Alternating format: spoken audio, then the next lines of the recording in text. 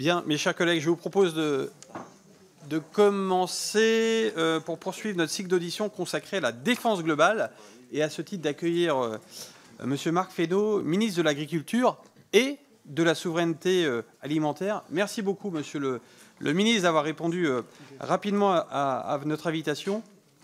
Nous y sommes d'autant plus sensibles que chacun connaît, compte tenu du contexte actuel, la charge de travail qui est la vôtre depuis plusieurs mois. De mémoire de commission, c'est peut-être la première fois qu'un ministre de l'Agriculture est auditionné dans cette commission, devant cette commission. Mais je pense qu'il s'agit véritablement de réparer une anomalie, puisqu'on se dit souvent qu'entre nous, on est la commission des forces armées, mais on est aussi la commission de la défense nationale, qui, comme vous le savez, mes chers collègues, est par nature interministérielle. Car oui, l'agriculture est bien pourvoyeuse de souveraineté alimentaire et est donc une composante clé de la défense nationale d'un pays. On dit souvent d'ailleurs dans les slogans, pas de pays sans paysans. Il n'y a d'ailleurs, quand on regarde à l'échelle internationale, aucune grande puissance militaire qui ne soit pas également une grande puissance agricole, car la guerre, comme vous le savez mes chers collègues, c'est l'affrontement des volontés, et on peut aussi imposer sa volonté par la faim. J'avais moi-même eu l'occasion en 2019 de co-signer une tribune avec notre ancien collègue Jean-Baptiste Moreau, intitulée « Paysans et soldats, même combat ». Elle est d'ailleurs toujours en ligne si vous souhaitez la consulter. Et 5 ans après, ce constat me semble plus que jamais pertinent. Ce lien entre agriculture et défense est du reste inscrit dans notre Code de la défense, qui désigne l'alimentation comme un des 12 secteurs d'activité d'importance vitale. C'est pourquoi, notamment, on peut saluer le rôle clé de l'Union européenne sur les sujets agricoles, dont la PAC, la politique agricole commune, est le premier budget, je crois, avec plus de 50 milliards d'euros chaque année. L'importance du sujet alimentaire se constate également dans la guerre d'agression de la Russie en Ukraine.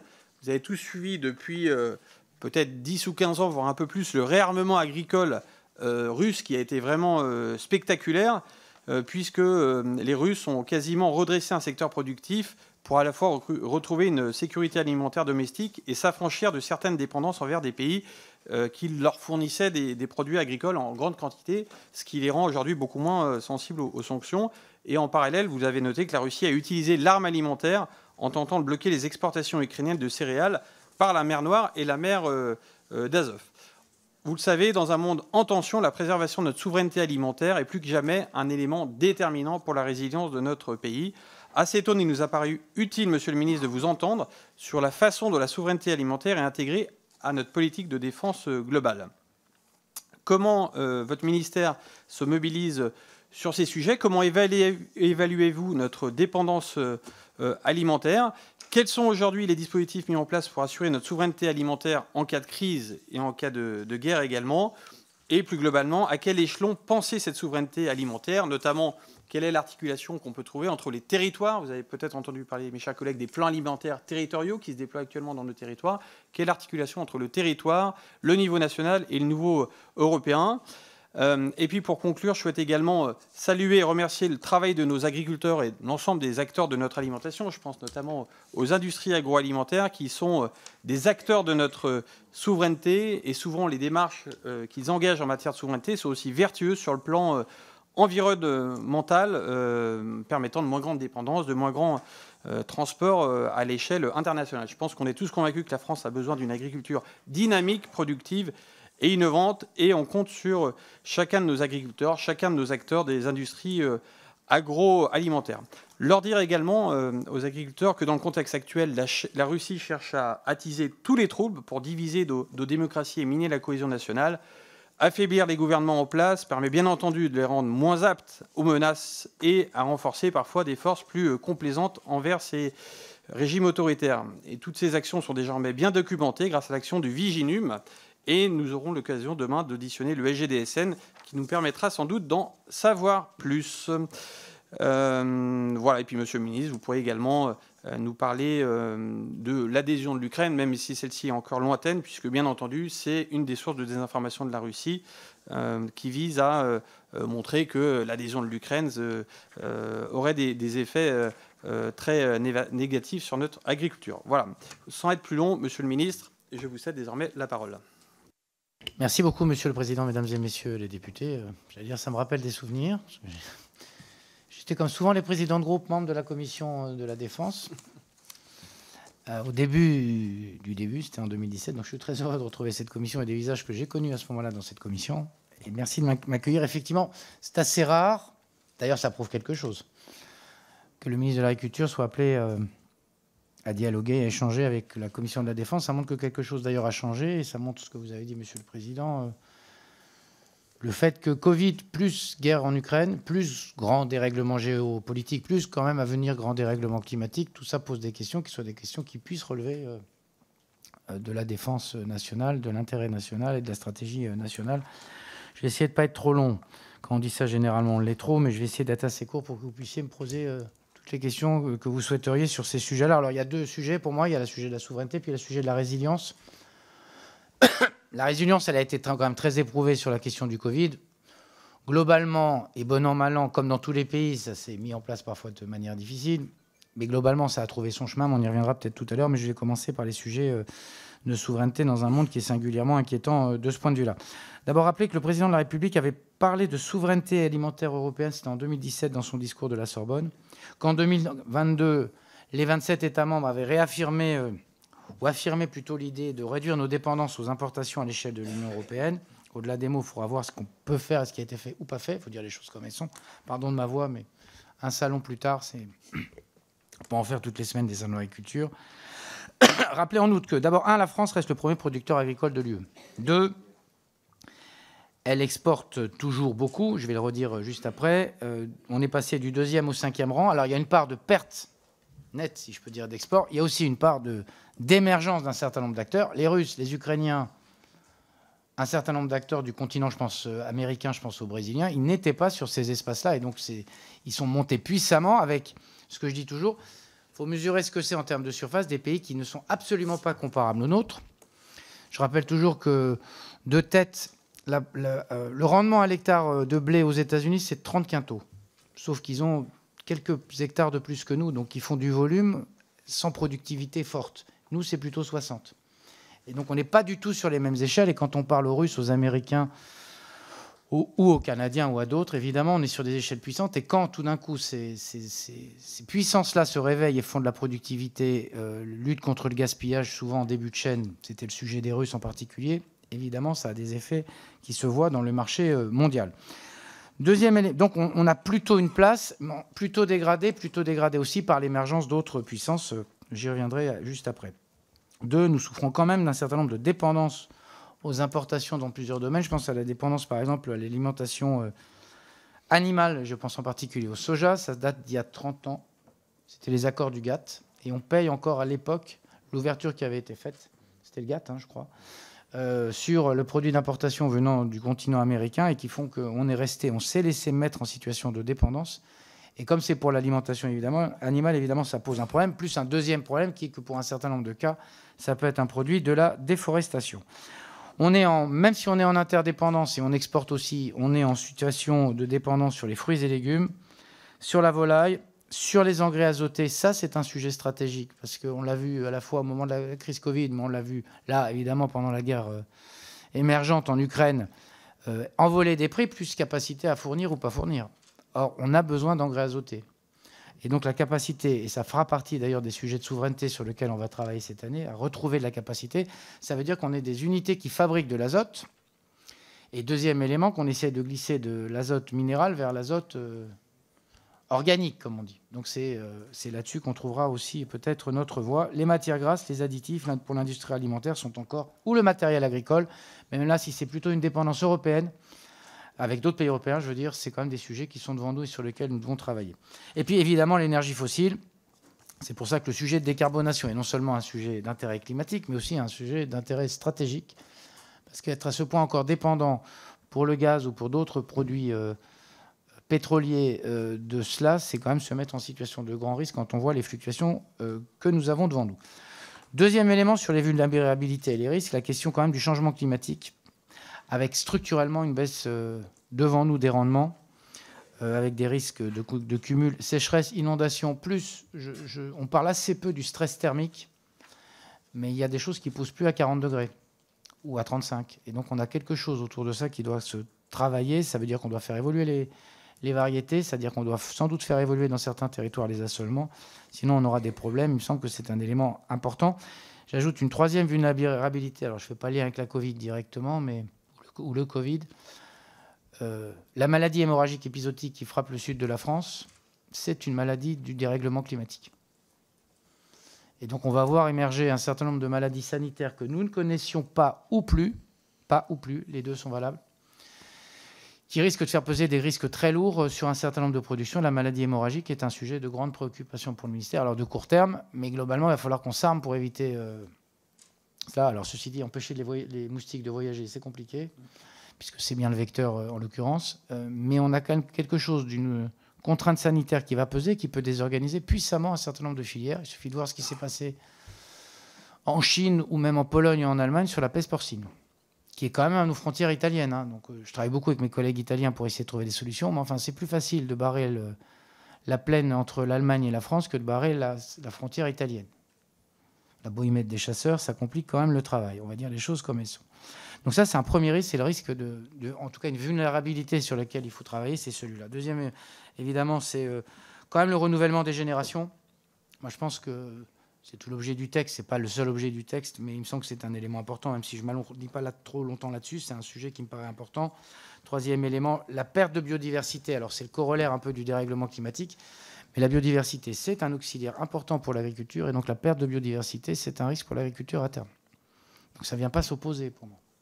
La pollinisation, c'est un élément essentiel de la vie agricole. Et donc, c'est pour ça aussi qu'il y a des sujets à traiter sur la pollinisation. Et puis, le travail qu'on doit faire sur les objets de biocontrôle. Alors, comme on est en commission défense, on est toujours un peu paranoïaque. Est-ce qu'il y a des œuvres de déstabilisation par du biocontrôle qui viendraient faire l'inverse? J'en sais rien. Sans doute que des esprits malins ont déjà inventé ça ou imaginé ça. Ce n'est pas ce qu'on a sous les yeux. En tout cas, ce n'est pas ce qu'on craint pour l'instant. Il me semble que c'est un élément important. Voilà ce que je voulais vous dire pour ça. Troisième élément, contexte particulier de la guerre en Ukraine, parce que ça vient au-delà de la crise Covid. La crise Covid, elle a montré le dérèglement des chaînes de production et de la dépendance à des facteurs de production qui étaient extérieurs quand plus rien ne circule. La guerre en Ukraine, elle vient montrer et mettre en exergue quand même une stratégie russe. Tout le monde à l'époque s'en était un peu moqué. Ils ont poussé sur deux feux, ils ont dit énergie, agriculture. Et tout le monde a dit tout ça, c'est ringard. Le pétrole et les céréales, tout ça, c'est des objets du passé. La vérité, c'est qu'ils avaient. La vérité m'oblige à dire que ce n'était pas complètement inexact comme stratégie, parce que quand vous êtes à ce point dépendant de l'énergie des autres, et quand même dans un monde avec le dérèglement climatique, et avec quand même 7 puis 9 milliards d'habitants qui ont tant besoin de se nourrir, vous avez quand même des leviers qui sont assez puissants pour dérégler le monde. Alors vous avez dit, Monsieur le Président, que l'invasion en Ukraine avait produit un certain nombre de choses. D'abord, il ne faut pas complètement sous-estimer. Alors, on n'en verra pas tout de suite les effets, mais l'effet du minage d'un certain nombre de territoires de production agricole qui vont rendre impropre à la production un certain nombre de territoires ukrainiens. J'étais très frappé de ça quand j'y étais au mois de novembre. Il y a quand même un sujet devant nous de territoires qui vont être entiers, qui ne vont plus être cultivables avant la série de déminages, malheureusement, qu'on a connue dans notre pays il y a quelques dizaines, voire une centaine d'années. Et donc là, on a un travail qui est... Et c'est une opération structurelle pour empêcher les agriculteurs ukrainiens d'y revenir. Donc c'est des zones de non-conflictualité pour l'instant, mais pour y revenir, il va falloir qu'il y ait des travaux, d'où d'ailleurs les initiatives qui sont prises par l'Europe et la France sur le sujet.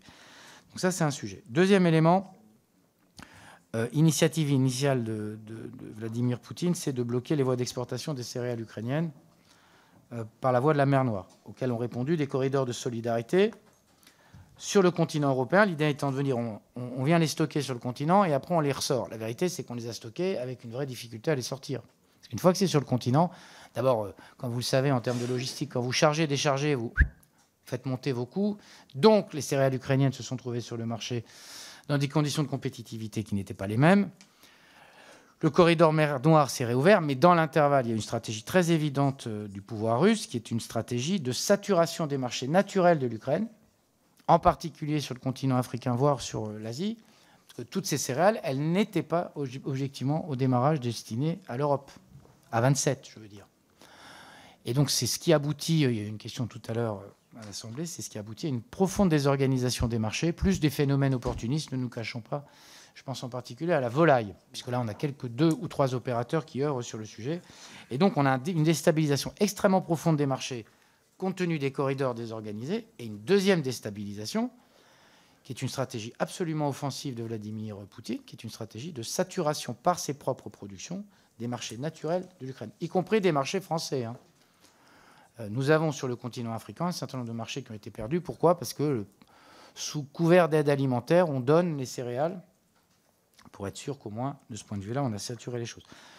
Pas impossible que dans les réflexions que mènent un certain nombre de ces pays, la volonté de ne pas se retrouver dans la main d'un seul, quand on se nourrit, il vaut mieux pas être dans la main d'un seul, surtout quand il peut être instable, géopolitiquement je parle.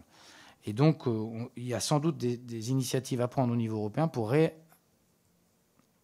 réinstaurer des couloirs commerciaux qui soient des couloirs, me semble-t-il, importants. Et donc, je l'ai dit au Conseil des ministres récemment, on a intérêt à permettre à l'Ukraine de retrouver ses voies commerciales naturelles. Troisième élément sur l'Ukraine, je suis déjà trop long, mais qu'est-ce qu'on fait de l'Ukraine dans l'espace européen ? Alors d'abord, l'Ukraine est sur le continent européen.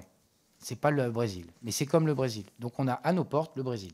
Bon, pourquoi ? Parce qu'ils ont des structures d'exploitation immenses, hyper compétitives, sur un sol hyper compétitif. Pour ceux qui ont été en Ukraine, disons qu'ils ont un sol riche. Et en plus, un sol riche sur 15 mètres d'épaisseur ou 20 mètres d'épaisseur. C'est ce qu'on appelle les terres noires. Avant qu'il les use, il va passer un peu de l'eau sous les ponts de la Loire, puisque la Loire, c'est plutôt ça chez moi, qui coule. Donc, il faut qu'on ait une stratégie avec l'Ukraine qui soit une stratégie claire. D'abord, ils ne peuvent pas rentrer dans l'espace européen tant qu'ils ne correspondent pas à nos standards de production. Les standards, c'est standards environnementaux en particulier, mais aussi les standards d'exploitation. Parce que quand j'étais en Ukraine et qu'on m'a dit il y a un petit agriculteur et qu'il avait 15 000 hectares, j'ai dit tout de suite, c'est pas tout à fait la même dimension. N'oublions pas que c'est le produit de l'histoire. C'est le massacre de Staline de la population agricole qui fait que tout de suite se sont constitués des gros espaces. C'est le produit de l'histoire, ces structures-là. Ce n'est pas juste des affreux capitalistes. Avant, c'était déjà ça, les structures agricoles. Après, ça s'est privatisé à la chute du régime soviétique. Mais c'est le produit de la famine ukrainienne qui a fait disparaître la classe paysanne dans ce pays. Donc il n'y a plus de classe paysanne dans ce pays. Donc c'est un petit sujet devant nous, parce que les structures à 100 ou 150 hectares, on va les voir un peu être en difficulté. Et d'ailleurs, dans la guerre, elles sont encore plus en difficulté que les autres. Donc premier élément, ils ne peuvent pas rentrer en tout état de cause dans des conditions telles qu'elles sont aujourd'hui. C'est dans 10 ans, c'est dans 15 ans, c'est dans 20 ans, j'en sais rien. Mais toujours est-il qu'ils seront de toute façon à côté de nous à produire du blé à des prix compétitifs. Des céréales, des oléoprotéagineux, de la volaille. Et donc il me semble que dans une stratégie bien pensée, on devrait en faire plutôt des alliés, pas pour venir sur notre marché, mais des alliés pour être aussi notre fer de lance dans la bataille mondiale qui va se faire sur l'alimentation. Et c'est plutôt comme ça qu'il faut penser le partenariat ukrainien. Après, qu'il soit dedans ou dehors, n'est plus le même sujet. Dès lors qu'on n'en fait pas des opérateurs de la souveraineté nationale ou de la souveraineté européenne à eux seuls, quand bien même ils pourraient une partie le faire. Et donc on a besoin de travailler en se disant, c'est une puissance agricole, elle l'est. Et qu'est-ce qu'on fait de cette puissance agricole dans l'espace européen ? Évidemment, faire rentrer l'Ukraine avec des surfaces agricoles pour certaines exploitations à 10 000 ou 40 000 hectares, il n'est pas question que ces gens-là touchent la PAC dans des conditions que celles qu'on connaît. Ça ne marche pas, me semble-t-il. C'est un élément important. J'en finis parce que je suis déjà beaucoup trop long et ça me permettra d'aller aux questions. On a besoin de travailler sur plusieurs sujets. D'abord, essayer sur les questions de souveraineté de réfléchir à ce que sont les éléments de souveraineté. J'ai parlé du plan de souveraineté sur les engrais. J'ai décidé de lancer un plan de souveraineté sur le blé dur. C'est pas énorme le blé dur en surface, mais c'est hyper stratégique parce que c'est notre dialogue avec en particulier les Italiens et les Espagnols. Nous sommes une terre qui peut faire du blé dur. Et il n'y a pas beaucoup de terres qui peuvent faire du blé dur dans le monde. Il y a un peu les Canadiens, un peu les Américains, et évidemment le bloc, j'allais dire soviétique, russe et ukrainien, pardon. Et donc on a besoin, parce que c'est quand même un élément de base, et un élément de base, y compris sur la rive sud de la Méditerranée. Il vaut mieux que ce soit nous qui produisions que d'autres fournissent. Il me semble que c'est un élément important. Même chose sur la question des protéines végétales, avec un intérêt et environnemental, climatique, et un intérêt de souveraineté. Même chose aussi sur les fruits et légumes. Premier élément. Deuxième élément, ce que je veux vous dire, c'est la PAC. Vous l'avez dit, je crois, Monsieur le Président, c'est la première politique intégrée européenne conçue. Elle a été conçue pour assurer l'approvisionnement en quantité, progressivement en qualité, à des prix qui étaient rémunérateurs et qui étaient maîtrisables en termes d'inflation. Bon, c'était ça, le fondement n'a pas bougé. Il me semble que dans la stratégie de la PAC, il manque deux dimensions. La première, c'est une dimension stratégique, c'est désormais que l'alimentation est une arme, il faut se comporter comme le fait que ce soit une arme et sortir de la naïveté de dire après tout, et on l'a vu un peu dans les accords de libre-échange et dans la politique, la traditionnelle politique commerciale de l'Union, c'était une politique en disant à la fin, si on produit que de la haute technologie, de la voiture, et qu'en échange on nous nourrit, considérant que l'agriculture était une économie de pays pauvres. Comme ça, hein, quand même. Je veux dire, il ne faut pas sous-estimer ce qui s'est passé pendant 30 ou 40 ans sur le sujet. Et dès lors qu'on considère que c'est une économie de souveraineté et de première des libertés, il faut que la PAC, elle serve aussi un objectif stratégique qui est nourrir sa population européenne et penser son environnement. Parce qu'une fois que M. Poutine ou un autre, parce que je ne vais pas me polariser que sur lui, déciderait de mettre sous son joug alimentaire tel ou tel pays, le jour où il retire le joug, et que nous n'avons pas les capacités de production, c'est d'immenses flux migratoires qui s'organiseront. On pourra faire tous les trucs qu'on veut, dire tout ce qu'on veut. Quand les gens ont faim, le flux migratoire, ça commence souvent par ça. Et donc c'est une question de souveraineté à nos frontières aussi qui est posée, me semble-t-il, sur ce sujet. Puis deuxième élément, on est obligé de penser le monde avec population croissante, des organisations géopolitiques et des règlements climatiques. L'an dernier, nous avons importé 20 millions de tonnes de plus, en gros, de céréales sur le continent européen, une partie venant d'Ukraine, une partie venant de Russie. Hein. Pourquoi ? Parce qu'il y a eu de la sécheresse en Italie et de la flotte, enfin des inondations, et en Espagne, une immense sécheresse. Il faut quand même qu'on ait un système qui ne nous mette pas en tension telle que nous soyons à ce point pas capables de 40 millions de tonnes de céréales importées dans l'espace européen. C'est quand même un tout petit peu un crève-cœur. Alors, pas nous, Français, puisque nous sommes très largement exportateurs, et donc on a besoin de travailler là-dessus. Et donc la PAC doit aussi penser ses objectifs dans une logique de dérèglement climatique, et il me semble que c'est un élément important. Et puis enfin, j'en ai vraiment fini. L'idée, c'est de travailler aussi à tous les échelons. Je pense qu'on a des sujets d'innovation, c'est l'objectif de France 2030, des objectifs de planification. Il faut qu'on fasse évoluer nos modèles. Il faut qu'on se dise quels sont les objets stratégiques en termes d'alimentation. On peut être moins dépendant que d'autres. Gérer de l'interdépendance, ce n'est pas la même chose que subir de la dépendance. Et donc, il faut choisir nos objets. Les céréales, pour moi, c'est structurellement, historiquement, la matière première agricole, une des plus importantes. Le sujet des engrais est un élément très important. Parce que de cela découle le reste, au fond. Et c'est là-dessus qu'il faut qu'on essaye, me semble-t-il, de travailler. Et puis enfin, un dernier point donc sur la question de la résilience. Alors, le ministère de l'Agriculture était peu rompu à l'exercice, on va dire les choses comme elles sont, mais c'est normal parce qu'on a vécu 80 années sans se poser la question d'une rupture de chaîne alimentaire, l'équivalent d'une grippe espagnole, encore qu'il y a eu moins de morts heureusement chez nous. Bon, mais on a besoin de construire des modèles quand même et de penser notre modèle en se disant...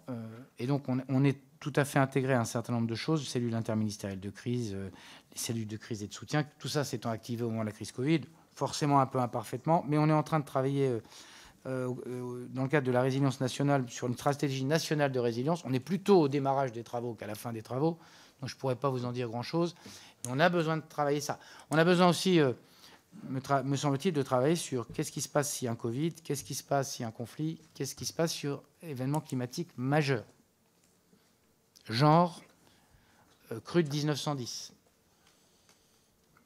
Parce qu'elle viendra. Je ne vais pas faire dans le cataclysmique, mais un jour, on aura des niveaux d'eau. Alors, heureusement, on a fait des réserves d'eau, je n'ose dire des bassines, en amont de la Seine, ce qu'on appelle la forêt d'Orient, qui sont un truc complètement artificiel, d'ailleurs au passage désormais classé en Natura 2000.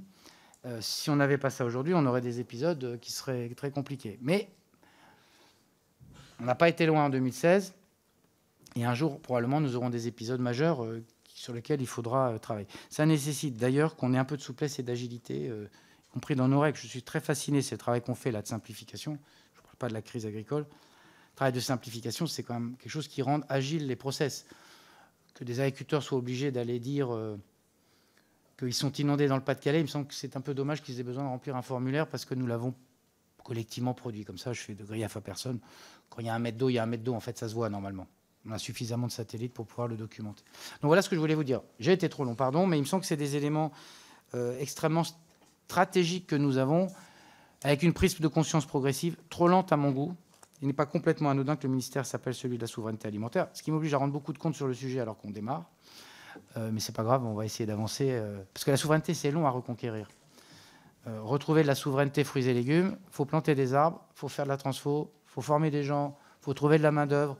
Et c'est pas, je passe de 50 à 100% d'un claquement de doigts, c'est un tout petit peu plus long. Souveraineté blé dur, c'est de la recherche, de l'innovation, de l'accès à l'eau et des agriculteurs qui recroient à la filière blé dur. Donc c'est quand même un peu de temps. Ceci dit, il faut bien commencer. Et c'est ce qu'on essaye de faire aussi. Les diapos, il n'y a pas de montée. Comment ?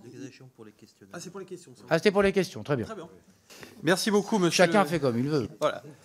Merci beaucoup, monsieur le ministre. Je note donc qu'il y aura potentiellement des diapositives pour les réponses. Une espèce de faux teasing, mais... En tout cas, merci pour cette présentation. Je pense à la fois dynamique, complète, et je pense avec une bonne hauteur de vue géographique et historique. Je pense que tout le monde ici aura bien noté que la France dispose d'atouts historiques en matière d'agriculture, qui est aussi lié à sa stratégie de puissance, qu'on a besoin à la fois de protéger, mais qu'on a aussi besoin de réactiver certains réflexes et organisations qu'on avait notamment pendant la guerre froide.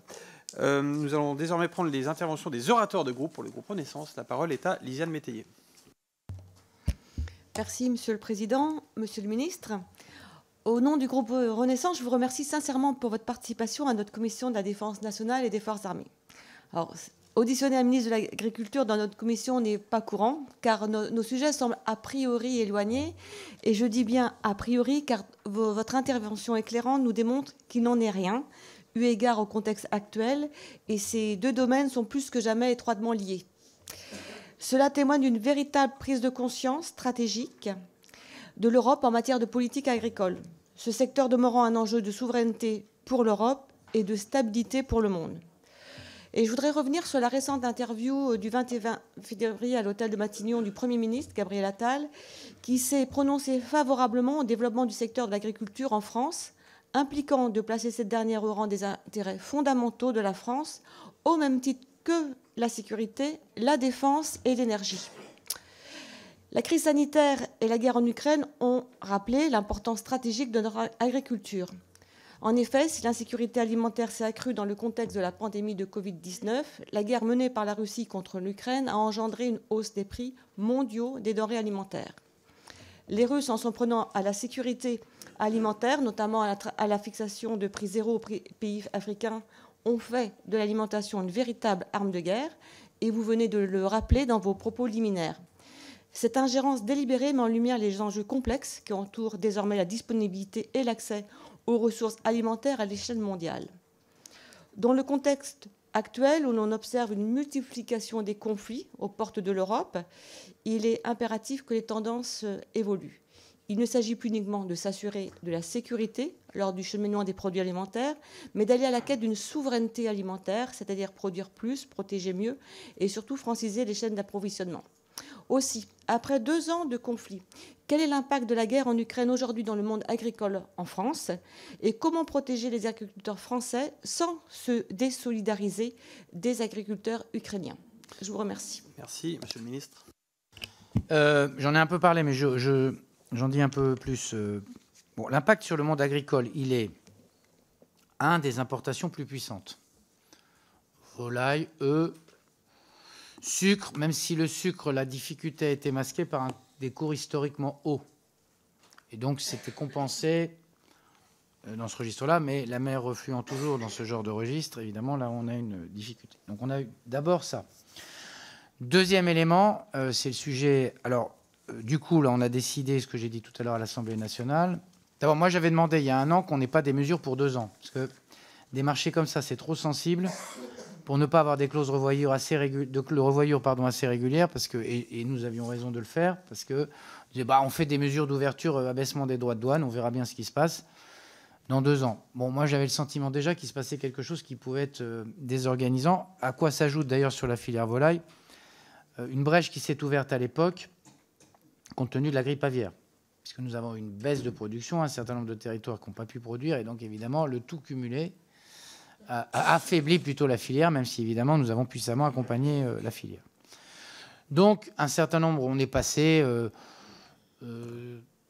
parfois du simple au triple, sur ces volets-là, et donc ça a déstabilisé nos marchés, mais puisqu'il n'y a plus de droits de douane et qui sont d'ailleurs, d'un certain point de vue, plus compétitifs. Le deuxième sujet plus inquiétant que j'ai sous les yeux, moi je pense, c'est le marché des céréales, parce qu'on a à la fois du volume et du prix.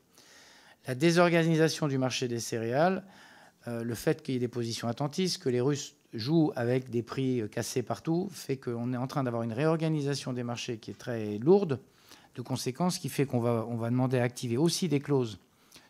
C'était pas dans le même. Le marché des céréales était déjà libéralisé, en fait, depuis 2019, bien avant la guerre. Donc on n'avait pas de sujet là de compétition.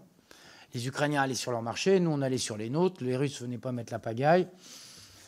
Globalement, dans cette période-là, on avait plutôt un marché des céréales qui était à la fois dynamique en volume et correct en prix. Sauf que l'effet blocage que je disais tout à l'heure, mer Noire, plus offensive russe au sens stratégique sur les marchés, notamment africains et asiatiques, fait que les Ukrainiens ne trouvent plus leurs débouchés, que les prix s'effondrent en partie et que par ailleurs, ils viennent sur le marché européen. Donc c'est le cas d'un règlement de 2015, autant je me souvienne, qui va permettre d'activer des mesures de contingentement. C'est ça de fait, qui permet de dire tel volume et pas tel autre.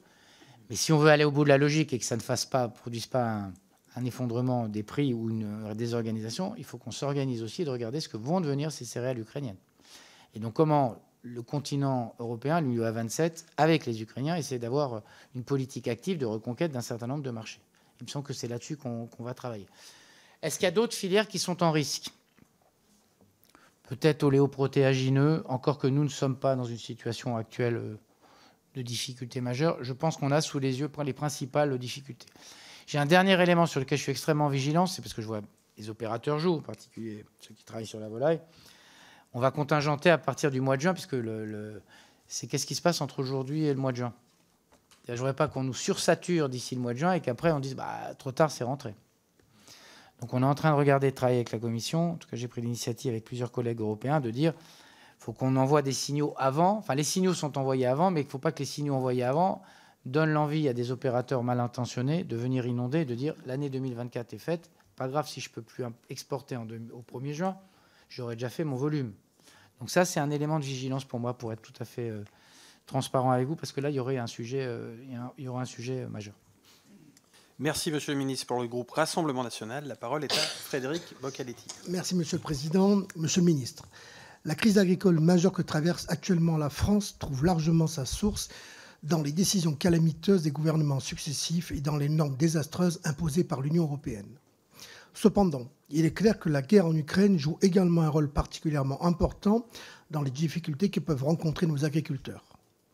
Celle-ci s'exprime d'ailleurs au-delà des difficultés d'approvisionnement en matières premières et de la hausse du coût de production.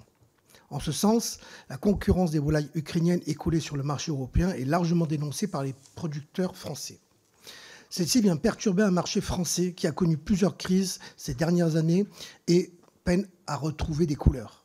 Nous entendons tout à fait le besoin de soutenir le secteur agroalimentaire ukrainien, central dans l'alimentation et la stabilité mondiale. Toutefois, cela ne doit pas se faire au détriment de nos producteurs français. Comment comptez-vous donc conjuguer ces deux impératifs ? Plus largement, les répercussions du conflit à l'échelle mondiale et internationale sont très lourdes. Le grenier à blé de la planète, qui était l'Ukraine, a évidemment perdu en capacité d'exploitation en raison de la guerre. Plus de 10% des terres ukrainiennes seraient minées et un quart serait sous contrôle russe, réduisant également les capacités de production. Dans ce contexte, les difficultés d'alimentation des populations viennent renforcer l'instabilité de certains pays. Nombre d'entre eux sont déjà en crise ou en situation de famine, notamment le continent africain. Il serait donc intéressant de savoir si votre ministère est engagé dans une démarche de sauvegarde de la stabilité de ces pays et dans quelle mesure il l'est. Et enfin, puisqu'il me reste quelques secondes, Monsieur le ministre, je me réjouis qu'il soit utilisé, et très largement maintenant, le terme de souveraineté alimentaire, même si, honnêtement, je fais partie d'un mouvement politique qui l'a défendu il n'y a pas quelques jours, quelques mois, quelques années, mais des décennies. Et je regrette qu'à l'époque, on ait été ringardisé. Donc maintenant, nous allons attendre les propositions qui seront faites par le gouvernement pour la souveraineté alimentaire. Je vous remercie. Merci, Monsieur le Ministre. Monsieur le député, comme vous êtes taquin, je vais commencer par la fin. Je pense qu'on commence collectivement à partager ce que le concept de souveraineté. Il y avait quelque chose, me semble-t-il, mais je ne suis pas un comment dirais-je, un historien de votre formation politique. Mais il y avait quelque chose dans votre formation politique qui était quand même un peu autarcique, que j'entends parfois aussi. C'est des débats publics, hein, on va pas... Ça mérite ni votre énervement ni le mien. Mais il me semble que l'idée qui serait que la souveraineté, ça serait juste je produis français, je mange français, avec ce que je décris, c'est tragique. Donc il faut accepter que la souveraineté, elle s'exerce aussi au travers de la capacité exportatrice et de l'acceptation de l'importation. Et ça, c'est un élément important. Deuxième élément, alors la crise ukrainienne, elle vient à la fois perturber nos marchés puis les marchés mondiaux. J'ai essayé de décrire ce qu'était la stratégie de Poutine. Elle est lisible au moins, celle-là. On ne peut pas lui reprocher d'avoir une stratégie. La question, c'est de nous d'avoir une contre-stratégie. C'est ce que j'ai essayé de décrire, de dire on ne peut pas avoir une désorganisation des marchés qui soit telle qu'au fond, le continent africain dans son entièreté... Alors, c'est pas qu'il n'est pas venu nous expulser que l'Ukraine de ses marchés. Même le continent européen a perdu un certain nombre... Enfin, le continent. L'UE à 27, pardon, a perdu un certain nombre de ses marchés. Dans une espèce de logique ou de chantage ou de stratégie de bas prix. Et donc, moi, je fais un travail... c'est vrai que c'est d'ailleurs un sujet assez nouveau. Être en commission de défense et faire à ce point de la diplomatie, c'est pas tout à fait l'histoire habituelle du ministère de l'Agriculture ni du ministre. Les voyages forment la jeunesse, vous me direz, mais c'est pour ça que je continue à explorer un certain nombre de territoires et de pays. J'irai au Maroc à la fin du mois d'avril, j'y ai déjà été. J'avais été en Ukraine pour ce motif-là. J'irai sur le continent africain parce qu'on a besoin de renouer un dialogue avec ces territoires-là, avec ces pays-là. Un dialogue de coopération. Il va y avoir un truc d'ailleurs assez étonnant, c'est que ces pays qui sont habitués à une agriculture résiliente ont des choses à nous apprendre sur la résilience au problème de l'eau. Les Marocains, ils savent des choses, sont un peu plus en avance que nous sur ce sujet-là. Et les Africains aussi, sur certains systèmes. Donc c'est d'ailleurs un espèce de schéma assez intéressant de ce point de vue-là. Tous les pays se posent la question de leur souveraineté, et tous les pays se posent la question, dans une acception qu'on peut essayer de partager, et de leur souveraineté dans le dérèglement climatique. Et 3, tout le monde voit le jeu maintenant international sur ces questions. Et donc, j'ai bien l'intention, effectivement, d'aller regarder ce qu'on peut faire en termes de coopération réciproque, pour moi. Il n'est pas du tout question de dire... nous avons intérêt à ce que ces pays-là eux-mêmes trouvent les voies. Alors, ils ne pourront pas le faire pour la totalité et pour tous les territoires de ces pays-là. L'Égypte ne peut pas nourrir l'ensemble de sa population. On peut raconter ce qu'on veut. L'accès à l'eau, les sols, etc., ne peuvent pas permettre. Mais qu'on essaie dans un certain nombre de pays de travailler, d'ailleurs c'est des initiatives qui ont été prises par le président de la République, la ceinture verte et autres sujets de cette nature, lutte contre la désertification et autonomie, en particulier autonomie protéique. Et donc j'ai bien l'intention de le faire. Après, ce qu'il faudrait qu'on fasse, l'idéal, ça serait qu'on... Alors moi je le fais en français, si je peux dire. L'idéal, c'est qu'on puisse le faire en stratégie européenne aussi pour un certain nombre de secteurs. Je pense que là, on aurait un intérêt à montrer la puissance européenne et la volonté européenne sur le sujet. Je finis juste, c'est l'occasion de le dire. L'erreur collective européenne sur le sujet, c'est qu'on a, ce que je disais tout à l'heure, désarmé sur la question de la souveraineté agricole. Et quand vous regardez les Américains, ils n'ont jamais désarmé sur la question de la souveraineté agricole. Jamais. Et quand on se bataillait avec eux sur les accords commerciaux, il y a 30 ans, il y a 40 ans, il y a 50 ans, ils étaient déjà sur la question agricole. Donc eux, ils faisaient du nucléaire, de l'armement, de la techno et tout le reste. Et ils avaient un petit truc que personne ne regardait en Europe, qui était l'agriculture. Et quand vous regardez les puissances, les Chinois, ils ne se sont jamais désintéressés des questions agricoles. Les Indiens, ils s'y intéressent de plus en plus. Et donc on a quelque chose, quand on est un continent comme on est, puissant comme nous sommes, se priver de cette puissance-là, c'est pour ça qu'on a intérêt à dialoguer avec les autres, c'est dommage, le terme est faible. Monsieur le ministre, quand on regarde le Conseil de sécurité, sur les 5 membres, seuls les Européens ont baissé un peu la garde à ce sujet-là. Ni les Russes, au contraire, ils ont réarmé agricolement, de manière agricole, de manière massive depuis 20 ans, ni les Américains, ni les Chinois. Et donc ce réveil est tout à fait salutaire. Pour la France insoumise, la parole est à Christophe Bex. Monsieur le Président, Monsieur le Ministre, il semble que vous entretenez une confusion entre souveraineté alimentaire, autonomie alimentaire et sécurité alimentaire. La sécurité alimentaire est définie depuis le sommet mondial de l'alimentation de 1996. Par contre, la notion de souveraineté alimentaire est plus récente. Elle a été définie dans la Déclaration des Nations Unies des droits des paysans et des autres populations travaillant en zone rurale en 2018. Elle désigne le droit des populations de leur État à définir leur politique agricole et alimentaire sans dumping vis-à-vis des pays tiers. La France a refusé de la signer. Pourquoi ? Vos politiques en matière agricole menacent manifestement notre sécurité alimentaire et je constate avec mes collègues l'érosion de notre potentiel productif et la hausse de nos importations de produits agricoles et alimentaires. Que faites-vous pendant ce temps-là ? Vous concluez des accords de libre-échange sans clause de réciprocité. Alors que les terres agricoles représentent la moitié du territoire national, il y a une hausse des investissements étrangers en France. Pouvez-vous clarifier ce que vous entendez par souveraineté alimentaire au vu de la confusion qui règne ?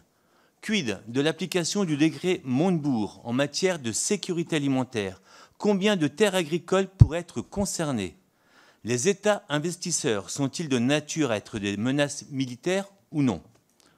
Et dans un contexte de crise climatique, d'instabilité politique et militaire dans nombre d'États, nous produisons en France, il faut le reconnaître, d'excellentes rations de combat individuelles à Angers, pour nourrir nos forces armées en OPEX et constituer des réserves en cas d'inondation ou encore de crise politique à l'étranger. Pourrions-nous être en pénurie en cas de crise sur notre sol ou à l'étranger ? Hormis la question logistique, quelle est la part des fournisseurs français de l'ESCAT d'Angers ? Ces fournisseurs font-ils appel à des agriculteurs français et respectent-ils les lois Egalim ? Merci. Alors pour ce qui concerne les rations de combat, et je pense que ce sera plutôt une question à poser au ministre des Armées, mais c'est une très bonne question. Mais c'est ça, la question c'était quelle est la part des fournisseurs français pour... Oui, alors monsieur le ministre, je ne pense pas que vous avez la réponse. Je suis pas, non, pardon, je veux bien connaître de tous les sujets, y compris de la ration de combat et de ce qu'il y a dans chaque cantine des écoles de France, mais vous allez m'en demander beaucoup là quand même. Enfin, je ne demande pas de la bienveillance, il y a longtemps que j'ai renoncé à ça, mais il me semble qu'un peu de réalisme, je ne sais pas ce qu'il y a dans la ration de combat. J'ai fait mon service militaire. Non, mais je sais qu'il y a du pâté ENAF, oui. C'était très bien. Comment ? Et depuis le pâté ENAF, elles ont dû évoluer. Mais moi c'était il y a 30 ans. Donc, mais c'est très bien le pâté ENAF, parce que je me fais mettre mal avec les Bretons si je dis autre chose. D'abord, la question souveraineté... Souveraineté, sécurité. D'abord, la définition que vous donnez de la souveraineté alimentaire, c'est une définition donnée par Via Campesina. C'est pas la définition, the définition. On peut en débattre, on peut ne pas être d'accord et ça peut justifier qu'on ne l'ait pas signé. Deuxième élément, la souveraineté, c'est pas seulement la capacité à se nourrir. La souveraineté, c'est la capacité à se nourrir dans les grands dérèglements du monde. Et c'est aussi la souveraineté alimentaire, la souveraineté alimentaire des autres. Quand vous parlez avec la rive sud de la Méditerranée, vous avez des pays qui ne pourront pas couvrir les besoins de leur population à eux seuls. On peut le tourner dans tous les sens, il suffit de regarder la géographie, le climat et le reste. Et ce n'est pas un grief fait à ces pays-là, ils ne pourront pas. Et nous pouvons exporter. Pourquoi ? Parce que nous avons des terres, un climat tempéré et des agriculteurs qui, depuis des siècles, le font. Donc, je n'oppose pas la capacité des pays, dans la mesure du possible, à être le plus capable de produire, mais aussi le fait que tout le monde ne pourra pas produire. C'est une vue de l'esprit. D'ailleurs, je ne sais pas si on peut projeter juste. Ça, pour le coup, cette carte est intéressante, puisqu'il paraît qu'on a des images. Ça va me divertir au milieu, et vous aussi peut-être. Celle-là. Ça, aujourd'hui, c'est la production... Non, c'est pas celle d'avant, la dépendance. C'est celle-là. Ça, c'est la dépendance alimentaire dans le monde. C'est la carte de la dépendance. L'Afrique, l'Asie, quand vous sommez la population, ça doit faire 3 ou 4 milliards de personnes. Pas complètement rien. Il y a certains pays qui vont pouvoir accéder à une meilleure autosuffisance. Donc, pardon, les pays qui sont en vert, c'est les pays qui sont exportateurs, ouais, et les pays en jaune... Qui ne sont pas dépendants alimentairement en net, on va dire, globalement. Et plus c'est foncé, plus ils sont importateurs, je suppose. Et plus c'est foncé, en jaune, plus ils sont importateurs. Donc, et vous voyez que quand même, vous avez... Et après, la carte suivante. Comment ? Oui, mais ce n'est pas très étonnant. Et après, la carte suivante, c'est la production de blé, parce que c'est pas mal de réfléchir céréales, dans le monde en 2050. Il y a plein de cartes intéressantes du GIEC, d'ailleurs, là-dessus. Vous voyez que les pays déjà très nettement importateurs vont avoir une difficulté. Vous voyez que le continent européen va avoir un gros problème, compris la France. Ce qui nécessite d'ailleurs de nous adapter. Et quand vous faites la carte production de biomasse, et donc pas le blé seulement, la carte qui reste verte, c'est la carte des Russes. Parce qu'ils vont pouvoir mettre en culture des terres qu'ils ne pouvaient pas mettre en culture du fait du froid. Bon, c'est comme ça. Mais c'est pas, on n'y peut rien, je ne m'en félicite pas, mais c'est une réalité qui va s'imposer à nous. Et donc le continent, à UE, à 27, si on le prend juste dans l'espace français, et qu'on ne pense pas cette carte de souveraineté, qui va être un grave problème, parce que vous voyez le Brésil, etc., parce que là on est plus en finesse de géographie. Vous voyez l'Inde, vous voyez la Chine en surface, parce que le reste c'est déjà du désert, hein, le flanc ouest de la Chine. Vous avez devant vous, et nous avons devant nous, un grave problème. Et si ça, on n'en tient pas compte dans nos stratégies européennes et nationales, je pense qu'on fait une lourde erreur. Troisième élément, et c'est pour ça qu'on a besoin d'accords, libre-échange ou de commerce, j'en sais rien, mais ça, si on ne fait pas d'accord de commerce, je ne sais pas comment on va faire, en fait. Parce que, sauf à ce que vous me disiez qu'on s'est inversé, vous voyez la carte de l'Espagne, la carte de l'ouest de la France, du sud-ouest, d'ailleurs c'est la carte aussi de la crise agricole en partie, hein. C'est une carte d'un modèle qui est en train d'être en but au dérèglement climatique. C'est 2050, c'est une génération. Donc ça va aller vite. Et là, on a un sujet. Et quand vous regardez les populations afférentes à ces territoires-là, ça va être assez lourd. Il y en a plein d'autres, mais vous me réinviterez, Monsieur le Président. Les terres agricoles captées par les puissances étrangères. Globalement, en fait, c'est une vue de l'esprit. Je n'ai pas les chiffres en tête, mais d'ailleurs, pourquoi on n'a pas ça? Et donc, on doit pouvoir collectivement s'en féliciter, parce que le droit du fermage, le bail en France, qui est ultra dérogatoire au droit de propriété, quand vous regardez bien dans le détail, je ne suis pas sûr même que les révolutionnaires de 89 avaient ça en tête. Ça n'est pas passé par les fourches codines du Conseil constitutionnel, ce texte-là, mais le droit à bail, c'est un droit ultra protecteur de l'exploitant agricole, y compris dans sa succession. Et c'est pour ça, un, qu'on a des prix plutôt modérés des terres et des baux, et deux, pour ça qu'aucune puissance étrangère ne peut vraiment venir, et que ceux qui sont venus sont généralement repartis parce qu'ils n'ont pas trouvé les choses. En revanche, là où vous avez raison, il y a un certain nombre de pays qui ont peu de surface arable, qui vont sur le continent africain ou sur d'autres continents. Alors ça, vous avez raison. Et ça, c'est un élément géopolitique. Alors, ça serait une carte qu'on pourrait vous faire. C'est la carte des surfaces dans chaque pays qui n'appartiennent pas aux paysans de ces pays. Mais en France, objectivement, c'est ultra marginal. Ce d'autant, le droit au bail, plus les investissements, le contrôle des investissements étrangers en France, qui vient, comme vous le savez, ramasser ces choses-là. Si il y avait des choses qui étaient dévoyées. Donc, ce n'est pas un risque national, objectivement. Il y a un petit risque quand même, pour le coup, au risque de vous étonner, dans ce que je vais dire, c'est qu'il faut faire attention à la financiarisation du système agricole. Et dans les textes que nous allons avoir à voir, le bail, l'exploitation familiale, la structure GAEC est assez protectrice de ça. Mais on voit bien aujourd'hui la montée du prix des terres. Il y a quand même des gens qui vont un peu plus spéculer qu'on spéculait avant. Avant, un propriétaire foncier agricole, il venait chercher son bail. Il avait du patrimoine, il en était content, il demandait à l'agriculteur d'entretenir assez correctement ses terres, point à la ligne. Même chose pour la forêt. Mais compte tenu des enjeux géopolitiques et des cartes que je viens de montrer, les terres vont être rares en production et vont avoir de la valeur plus puissante et au-delà de la seule production agricole, production de biomasse, stockage de carbone, etc. Et là, il y a un petit risque, non pas étranger, mais à la fin, à qui appartiennent les millions d'hectares de terres françaises. Et ça, il y a un sujet sans doute devant nous, mais ce n'est pas un sujet investissement étranger. Sujet investissement étranger, c'est un certain nombre de pays qui vont en Afrique, qui vont aller en Ukraine. D'ailleurs, en Ukraine, il y a beaucoup d'investissements étrangers. La propriété ukrainienne n'est pas seulement ukrainienne. Et qui vont aller chercher des terres arabes parce qu'ils n'en ont pas eux. Donc, ils vont aller chercher leur souveraineté chez les autres. Et ça, pour le coup, c'est un problème, me semble-t-il. Merci, Monsieur le Ministre. Pour le groupe Les Républicains, la parole est à Nathalie Serre. Merci, Monsieur le Président. Monsieur le Ministre, un constat et quelques questions. Vous avez dit construire la souveraineté, ça prend du temps. Vous avez dit la souveraineté, c'est aussi la capacité exportatrice. Vous avez dit la capacité à se nourrir, surtout et en plus dans les grands dérèglements climatiques du monde. Très bien, donc pourquoi tout court, si vous le voulez.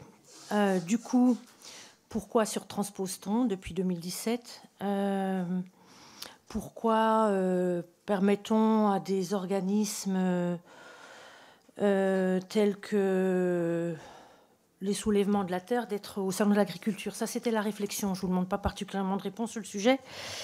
La question, depuis 1982, il existe des protocoles qui sont signés entre le ministère de la Défense et celui de l'Éducation nationale pour développer le lien entre la jeunesse et la défense. Depuis mai 2016, la signature du protocole interministériel développant les liens entre cette fameuse jeunesse et la défense et la sécurité nationale intègre le ministère de l'Agriculture. Il s'agit notamment de prendre en compte les 190 000 élèves et étudiants de l'enseignement agricole qui constituent effectivement une forte communauté éducative. Donc c'est un vrai bel enjeu. Il y avait 5 axes prioritaires, je ne reprendrai pas les axes. L'action conjuguée et inédite de ces 3 ministères contribue à renforcer le lien entre la jeunesse et la défense dans un contexte national marqué par la nécessité d'accroître la cohésion républicaine et citoyenne. Donc le diagnostic de 2016 était plutôt bon. Enfin, je trouve qu'il était même très pertinent. 8 ans après le coup d'éclat des étudiants à Agrotech Paris en mai 2025, sur, je cite, nos métiers sont destructeurs. Quel bilan tirez-vous de ce protocole ? Et je vous pose la question, est-il prévu un autre protocole, puisque depuis 2016, il n'y en a pas eu de nouveaux qui ont été signés. Merci. Et merci en tout cas d'aborder le sujet des lycées agricoles pour lequel vous êtes ministre de tutelle privée et publique. C'est d'ailleurs une spécificité française dont il faut se féliciter. Non pas que je veuille garder mon précaré avec vigilance, mais je le fais comme tous les ministres de l'Agriculture. Je tiens à l'enseignement agricole en ce que sa spécificité, d'abord, au travers le monde, tout le monde regarde cette spécificité d'un enseignement agricole qui soit bien lié à son ministère de production, si je peux dire. 2, je le dis au passage, d'abord, c'est un des rares enseignements, malgré la baisse démographique, il y a plutôt une stabilisation, voire une légère augmentation de ses effectifs. Petit signal.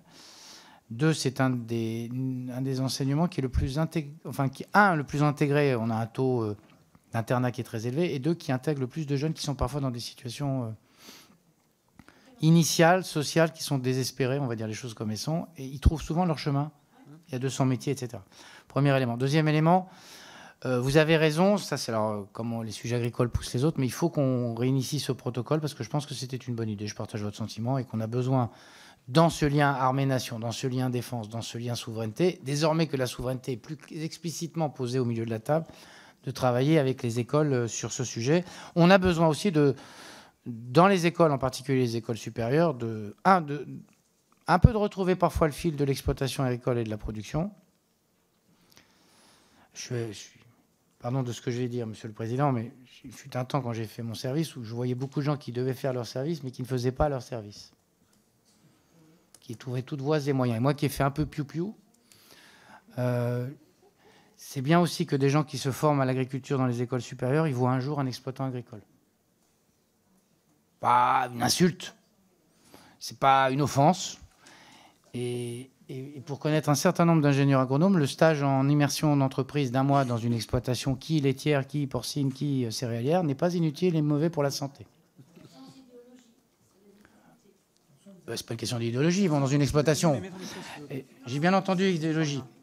Oui, c'est pour... Deuxième élément, oui, je pense qu'on a besoin, pour les raisons qu'on vient d'évoquer de souveraineté, Vous ne m'avez pas entendu dire qu'il fallait en rabattre sur les questions de dérèglement climatique, de biodiversité. Jamais. Ce n'est pas une question d'idéologie, c'est une question de nécessité. Mais l'idéologie qui... Non, mais j'ai bien entendu que ce n'était pas moi que vous mettiez en cause. Mais en revanche, je combattrai toujours une idéologie qui consiste à... Alors qu'on est formé pour aider l'agriculture, à pointer du doigt l'agriculture. C'est quand même un truc curieux. Comme si les médecins vilipendaient leurs malades. Vous voyez, c'est quand même un concept assez bizarre. Moi, j'ai besoin d'ingénieurs agronomes J'ai besoin de techniciens qui viennent accompagner les agriculteurs, leur dire c'est compliqué, mais on va vous accompagner. J'ai un problème dans les Pyrénées-Orientales, j'ai plus d'eau ou pas assez d'eau. Comment je fais pour trouver un système résilient? Et pas qu'ils leur disent arrêtez de faire du maïs, parce que de toute façon, ils n'en font plus, ils n'en ont jamais fait. Parce que dans les Pyrénées-Orientales, à Perpignan, ce n'était pas une terre de production de maïs. Donc oui, on a besoin, y compris d'avoir une dimension dans les écoles supérieures, et pas que, je pense que dans les lycées agricoles aussi, ça pourrait se faire, une dimension souveraineté. Mais la souveraineté, elle passe aussi par la résilience des systèmes. Vous voyez ce que je veux dire? On a besoin d'organiser quelque chose qui permette de travailler là-dessus. Et puis enfin, lien armée-nation, la première fois que j'ai été invité sur les sujets que nous évoquons aujourd'hui, c'était par le chef d'état-major de la marine qui m'avait demandé d'intervenir au Salon de l'agriculture l'an dernier, et après à l'IHEDN, parce que justement, il y avait ces sujets-là sur la table. Donc on a besoin... de le faire dans les établissements d'enseignement supérieur et de renforcer ce qui a été ce protocole. 2, il faut qu'on le fasse dans les lycées agricoles. Et 3, je pense, et c'est l'objet y compris de la PLOA, de travailler à l'école primaire pour dire l'agriculture, c'est un objet de souveraineté aussi puissant que bien d'autres sujets. Parce que tant qu'on n'aura pas remis ça dans nos inconscients collectifs, moi je suis un enfant... à qui on a appris, quand on était à l'école, qu'il y avait l'économie primaire, l'économie secondaire, l'économie tertiaire.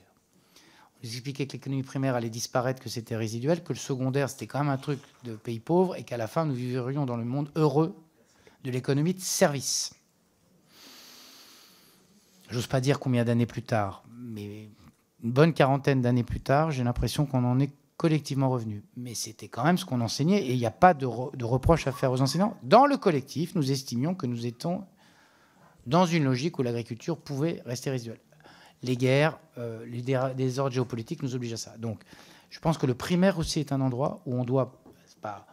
C'est pas lien armée-nation quand on fait en établissement supérieur, mais c'est ce lien-là de ce que sont les enjeux du moment.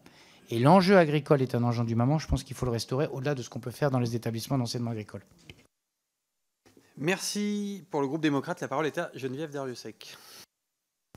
Merci, Monsieur le Président, Monsieur le Ministre.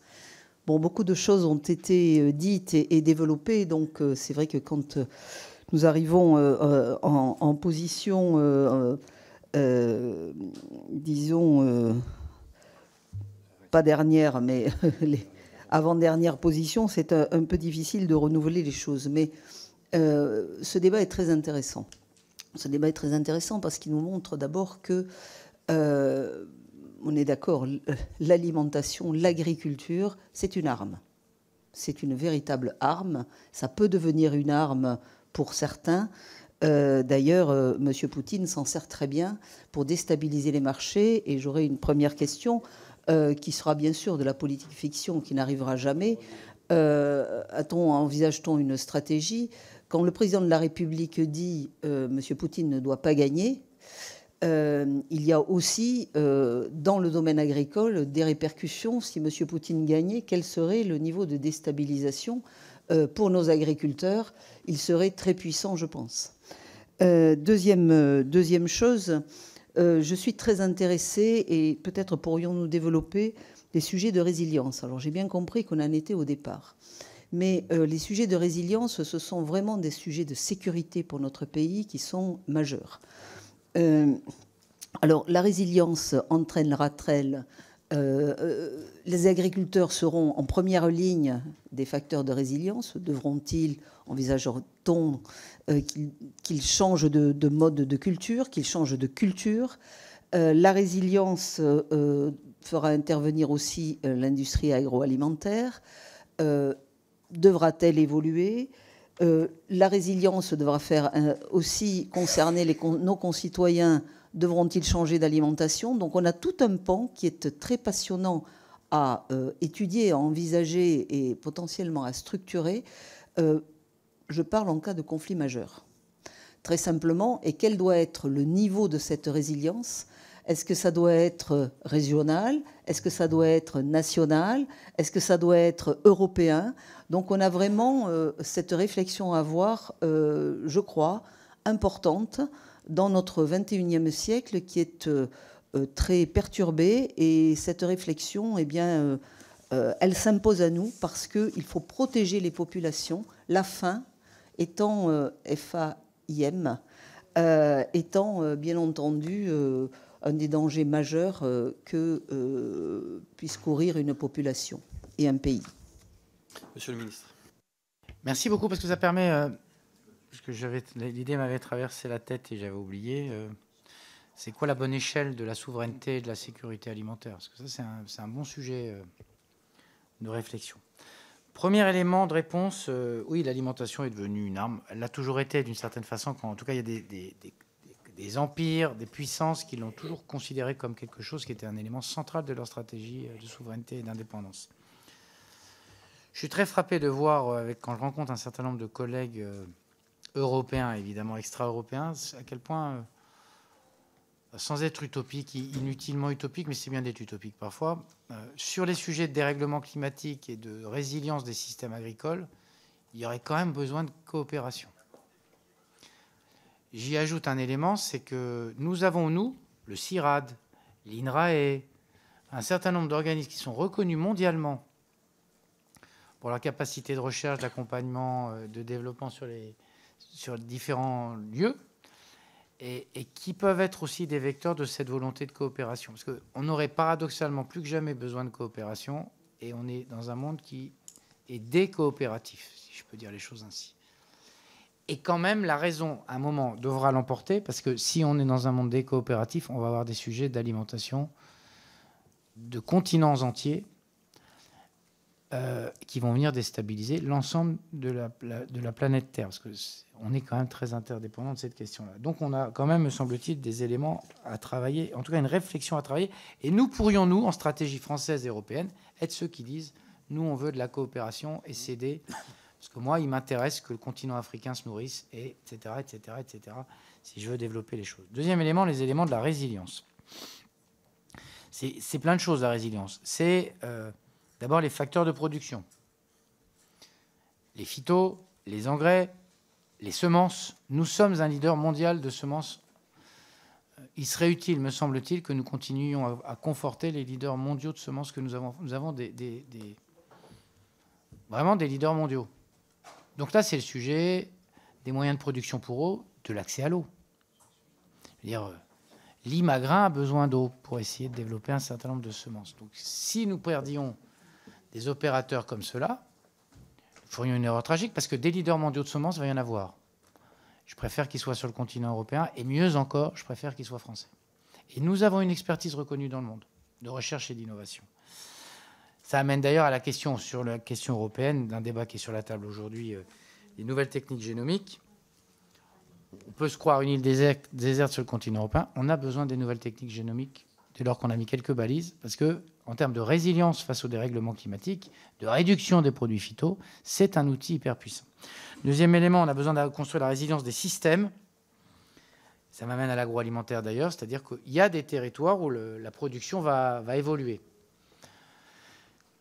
en fonction en particulier du dérèglement climatique. Mais ça pose toute la question non seulement de quelles productions peuvent être sur le territoire, de quels sont les moyens, facteurs de production, en particulier l'eau, qu'on peut asseoir sur ces territoires quand même pour assurer le minimum qui permet quand même d'avoir une agriculture.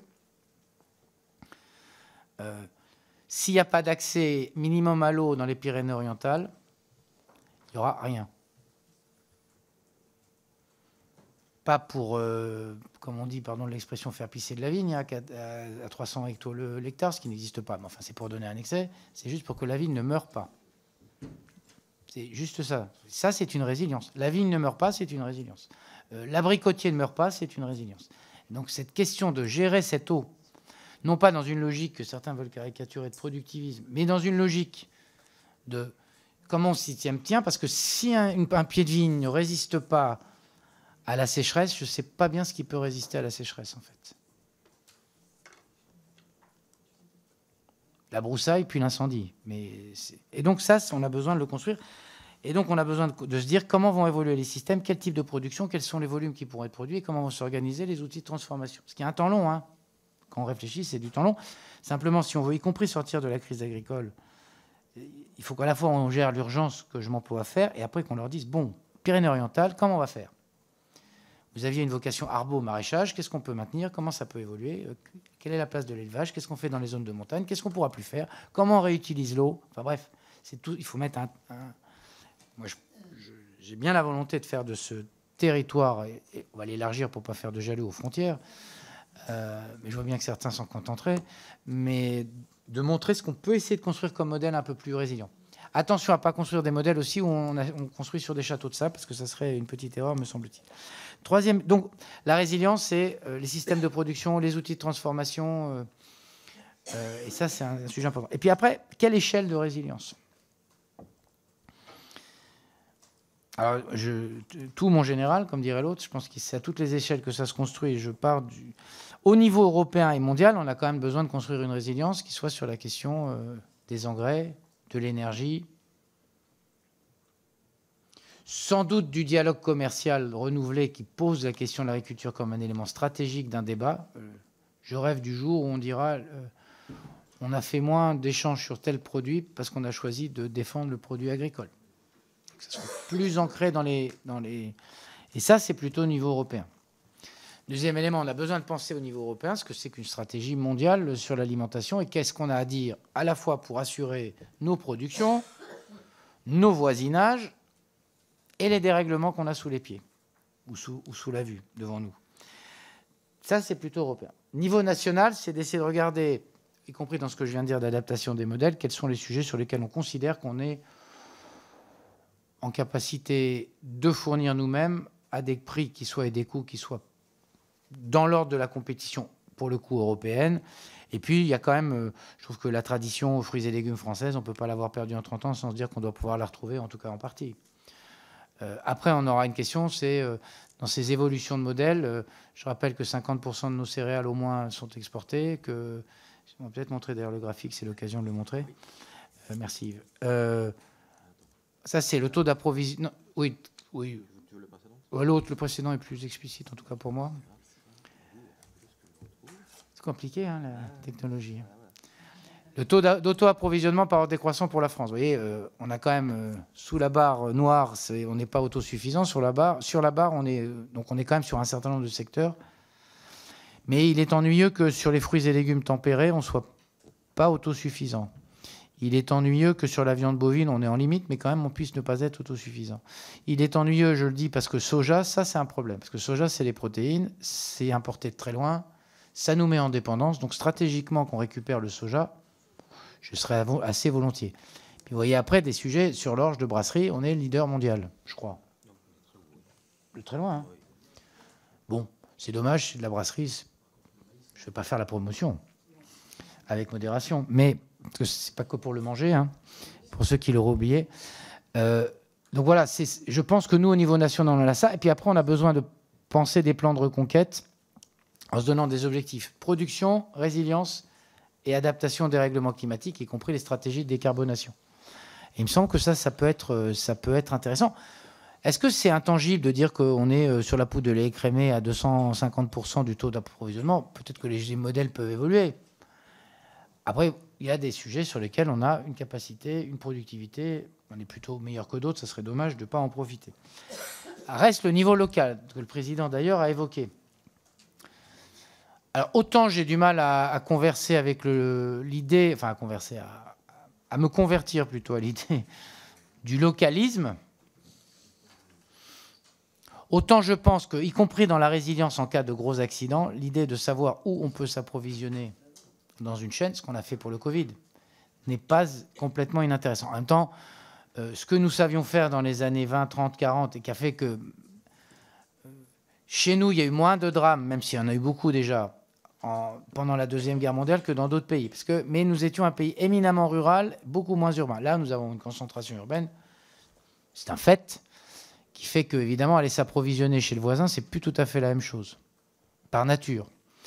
Mais il me semble qu'on doit pouvoir construire, je trouve que les programmes alimentaires territoriaux, ils ont un intérêt de valorisation des produits agricoles, ils ont un intérêt de penser le système, comment dirais-je, dans sa capacité à fournir les cantines, la restauration. Il ne pourra jamais, les Bretons fournissent beaucoup plus qu'ils ne produisent, parce que la terre d'Île-de-France ne peut pas produire autant que les habitants d'Île-de-France.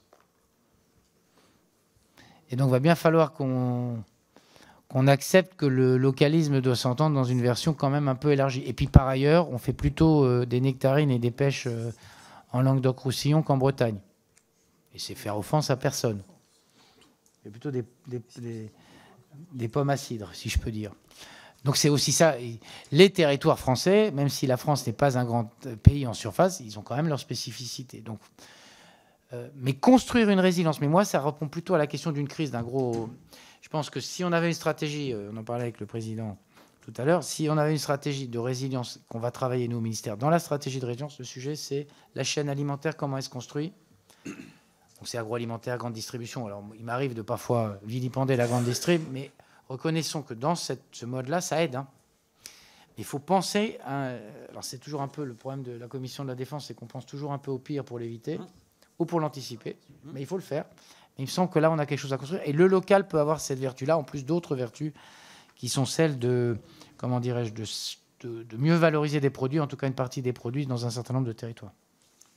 Merci, Monsieur le Ministre. Et comme on parlait de l'échelle internationale, j'ai profité de votre réponse pour me rendre compte que le budget du Programme alimentaire mondial, donc pour permettre la sécurité alimentaire aux populations qui en ont besoin, c'est 10 milliards d'euros par an, à comparer par exemple au budget des casques bleus, les opérations de maintien de la paix, 6 milliards. Donc on met presque 2 fois plus d'argent, et c'est heureusement pour aider les gens à se nourrir partout dans le monde que pour envoyer des casques bleus. Pour le groupe socialiste, la parole est à Mélanie Thomas. Merci, Monsieur le Président. Monsieur le Ministre, au nom du groupe socialiste, je vous remercie de venir nous rappeler l'indispensable combat pour notre souveraineté alimentaire. Vous l'avez dit dans votre propos, la disponibilité, la gestion et la sécurisation de nos ressources agricoles sont remises en question aujourd'hui par l'instabilité géopolitique, mais aussi par le changement climatique, et c'est bien de l'entendre dire, y compris dans notre commission. Le contexte récent en Europe de l'Est nous a montré que ces ressources pouvaient devenir un enjeu puissant, voire une véritable arme de guerre. Je voulais revenir sur le caractère stratégique de nos ressources avec, en novembre 2022, dans le cadre d'un entretien accordé à Ouest France, notre ministre des Armées, Sébastien Lecornu, qui mettait en exergue l'apparition d'un chantage aux matières premières alimentaires. La guerre en Ukraine a montré que ces ressources pouvaient être instrumentalisées à des fins purement géopolitiques et militaires, et c'est ce qu'a fait Vladimir Poutine en juillet 2023 lors du non-renouvellement de l'accord céréalier ukrainien. On a aussi évoqué la semaine dernière notre vulnérabilité sur les stocks d'engrais. Alors par quel type de dispositif est renforcer la souveraineté alimentaire française et d'autre part notre autonomie en matière de production agricole? Est-ce qu'une politique nationale de stockage public des denrées alimentaires est par exemple envisageable en cas de crise? Et existe-t-il un renforcement des politiques interministérielles en la matière? J'avais une deuxième question qui concerne les opérateurs d'importance vitale. Sans nous les dévoiler, est-ce que vous pouvez, Monsieur le Ministre, nous éclairer sur les types d'opérateurs d'importance vitale qui sont listés par votre ministère dans le secteur de l'alimentation et de l'agriculture, puisque là aussi, en matière de stratégie de protection de nos ressources, cette question peut être utile. Enfin, j'avais une dernière question, sans doute une question liée aux discussions avec les agriculteurs sur nos barrages récemment, pour faire écho aussi à la concurrence déloyale, notamment menée par l'Ukraine en matière de volaille. La volaille ukrainienne, c'est une réalité. Elle entre en concurrence avec la production de nos agriculteurs. Et votre graphique démontre que finalement, en matière de poulet, il y a un vrai sujet. Quels moyens pour renforcer les contrôle de ces denrées alimentaires qu'on importe à nos frontières et en particulier via nos ports? Les ports sont des endroits, des espaces d'intérêt stratégique en la matière. Est-ce qu'on renforce les contrôles via les ports français, Le Havre, Marseille-Fos par exemple, ou est-ce qu'on renforce les contrôles directement dans les pays compétiteurs pour s'assurer que nos produits indispensables à la souveraineté française répondent aux normes qualité de notre souveraineté? Le travail est-il bien fait en la matière, en particulier dans les ports? Et est-ce que vous envisagez des renforcements de procédures en la matière? Gabriel Attal, en tout cas, s'était engagé à renforcer ces contrôles. Je vous remercie. Monsieur le ministre. C'est pas 2 questions, c'est 5, non? Non, mais c'est pas un reproche, mais c'est... Alors, je vais commencer par la volaille. Alors, le graphique, il montre deux choses. Ce graphique était à peu près le même avant la guerre en Ukraine. Il s'est sans doute dégradé. Mais on avait déjà un problème. Je vais vous dire le problème qu'on a, c'est qu'on ne peut plus faire sortir un bâtiment d'élevage de volailles dans ce pays. Donc on va faire en sorte qu'on en sorte des bâtiments. Parce que plus personne ne veut voir un bâtiment d'élevage de volailles dans son voisin, chez son voisin. Tout le monde trouve que c'est moche, que ça pue, que ce je sais pas quoi. Et ça, si on veut de la souveraineté, il va falloir qu'on l'assume. C'est d'ailleurs l'occasion de dire que c'est pour ça qu'on va simplifier et que, y compris dans le plan de souveraineté élevage, on va se donner des objectifs. Et les objectifs, c'est un objectif de production, et un objectif de production sans bâtiment, ça ne va pas marcher, notre truc. Et donc, il faut qu'on assume collectivement le fait que cette reconquête sur la filière poulet, elle va passer par plus d'élevage. Et pas simplement, pardon, c'est pas ce que vous avez dit du tout, mais pas simplement 10 poules. Oui, il va falloir qu'on ait des bâtiments d'élevage. Je rappelle qu'en Ukraine, les bâtiments d'élevage, c'est 1 million, 2 millions, 10 millions. Attendez, c'est pas ce que je vais dire. Mais si on pouvait ne pas vilipender des élevages qui font 5 000, 10 000 ou 15 000 volailles, qui sont plutôt des petits élevages, qui sont plutôt des élevages qui permettent à des gens en zone intermédiaire d'avoir un complément, qui avec des canards, qui avec de la volaille, il faut qu'on sorte des images d'Épinal. Il faut visiter un élevage de 2500 poulets en 4 bâtiments, ou 3000, et vous verrez que franchement, si on appelle ça industriel, ça va être compliqué quand même. On n'arrivera pas en tout cas à reconquérir, donc on pourra toujours montrer des graphiques, mais il va falloir être cohérent nous-mêmes. Premier élément de...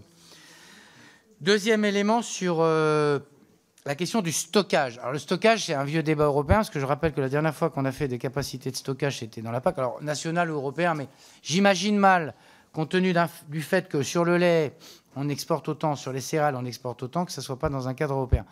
Sauf que dans le cadre européen, ça coûtait une fortune et ça finit par être simplement de la production, puisque de toute façon... En revanche, je trouve que la question que vous posez, qui peut être une question de stock stratégique, c'est-à-dire comment on résiste, et ça fait partie d'une partie de la réponse sur, dans les éléments d'identification de sites stratégiques, les sites... Pour moi, de cette nature-là, sont stratégiques. Les sites d'eau sont stratégiques. Vous voyez, parce que ça, c'est des sites. Si on a un problème, d'ailleurs, quand Poutine fait la guerre, c'est ça qui bombarde. Les barrages sont des sites stratégiques, en fait. C'est pas que pour l'alimentation hydroélectrique. Si vous faites sauter Serre-Ponçon, vous avez un problème. Donc, c'est ces éléments-là sur lesquels il faut, me semble-t-il, qu'on travaille, mais qu'on se pose la question, parce qu'en fait, on a des stocks stratégiques de pétrole. Tout le monde le sait. On a des stocks stratégiques de médicaments, autant que je me souvienne. Et la question de savoir est-ce qu'il y a une utilité, mais pour moi, elle devrait être plutôt européenne, parce qu'il y a une question de solidarité européenne, est une question qui est assez juste, sur laquelle, dans la résilience, il faut sans doute, me semble-t-il, travailler. Après, et je finis, j'ai imparfaitement répondu sur les poulets ukrainiens. D'abord, ce n'est pas dans nos ports qu'ils arrivent. Hein.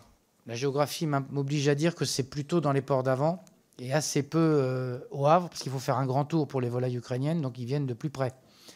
Donc c'est plutôt les ports néerlandais et autres, c'est par là que ça rentre. Personne ne peut garantir qu'il n'y a pas des gens qui échappent au contrôle. On a deux sujets, c'est, j'allais dire, la francisation, c'est plutôt l'européanisation, c'est-à-dire que ça rentre en Pologne, c'est transformé, puis paf, c'est devenu européen. Donc là, il y a des contrôles à faire, dans les ports, et c'est tout l'objet, me semble-t-il, d'organismes de contrôle européens pour le coup.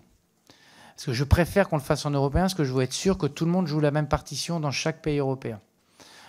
Pour faire en sorte qu'on s'assure bien que quand on dit pas plus de tant de volume de poulet ukrainien, c'est bien pas plus de tant de volume de poulet ukrainien.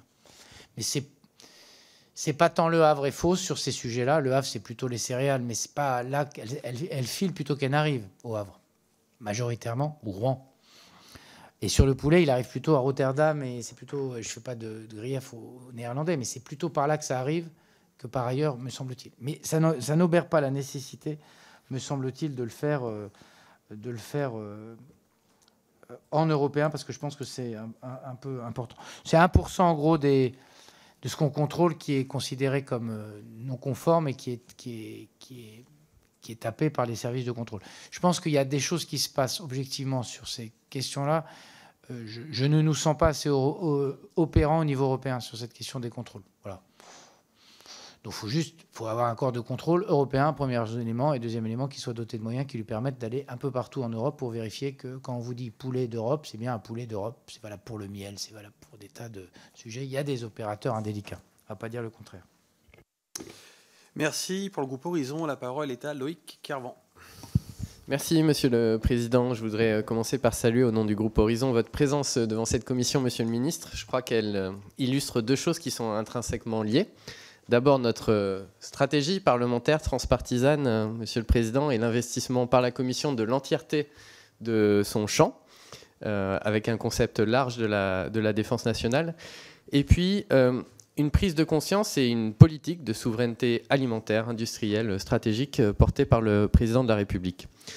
Et je crois que c'est heureux parce qu'avec le Covid puis l'Ukraine, nous avons pris finalement deux fois la même leçon, à la fois celle de notre dépendance aux flux mondiaux et l'extrême fragilité de ceux-ci. Vous avez parfaitement exposé, Monsieur le Ministre, les enjeux, les principes de la résilience dans vos matières, mais j'ai encore un peu de mal à voir concrètement où est-ce que l'on en est. Je remercie ma collègue Mélanie Thomas qui m'a ôté la question de la bouche sur la question des stocks stratégiques à l'image des hydrocarbures. Mais moi, je voudrais vous interroger sur où est-ce qu'on en est concrètement de, par exemple, la cartographie et l'identification des fragilités sur les facteurs de production clés.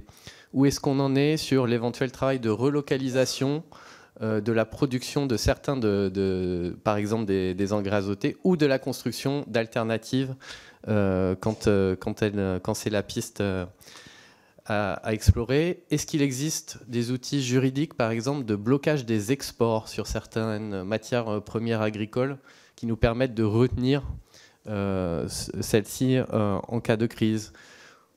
Est-ce qu'on a des plans par filière pour celles qui sont les plus faibles, comme les fruits et légumes que vous avez mentionnés, pour revenir et repasser au-dessus de la barre? Voilà, si vous pouvez décliner un peu concrètement sur ces matières, merci beaucoup. Monsieur le ministre.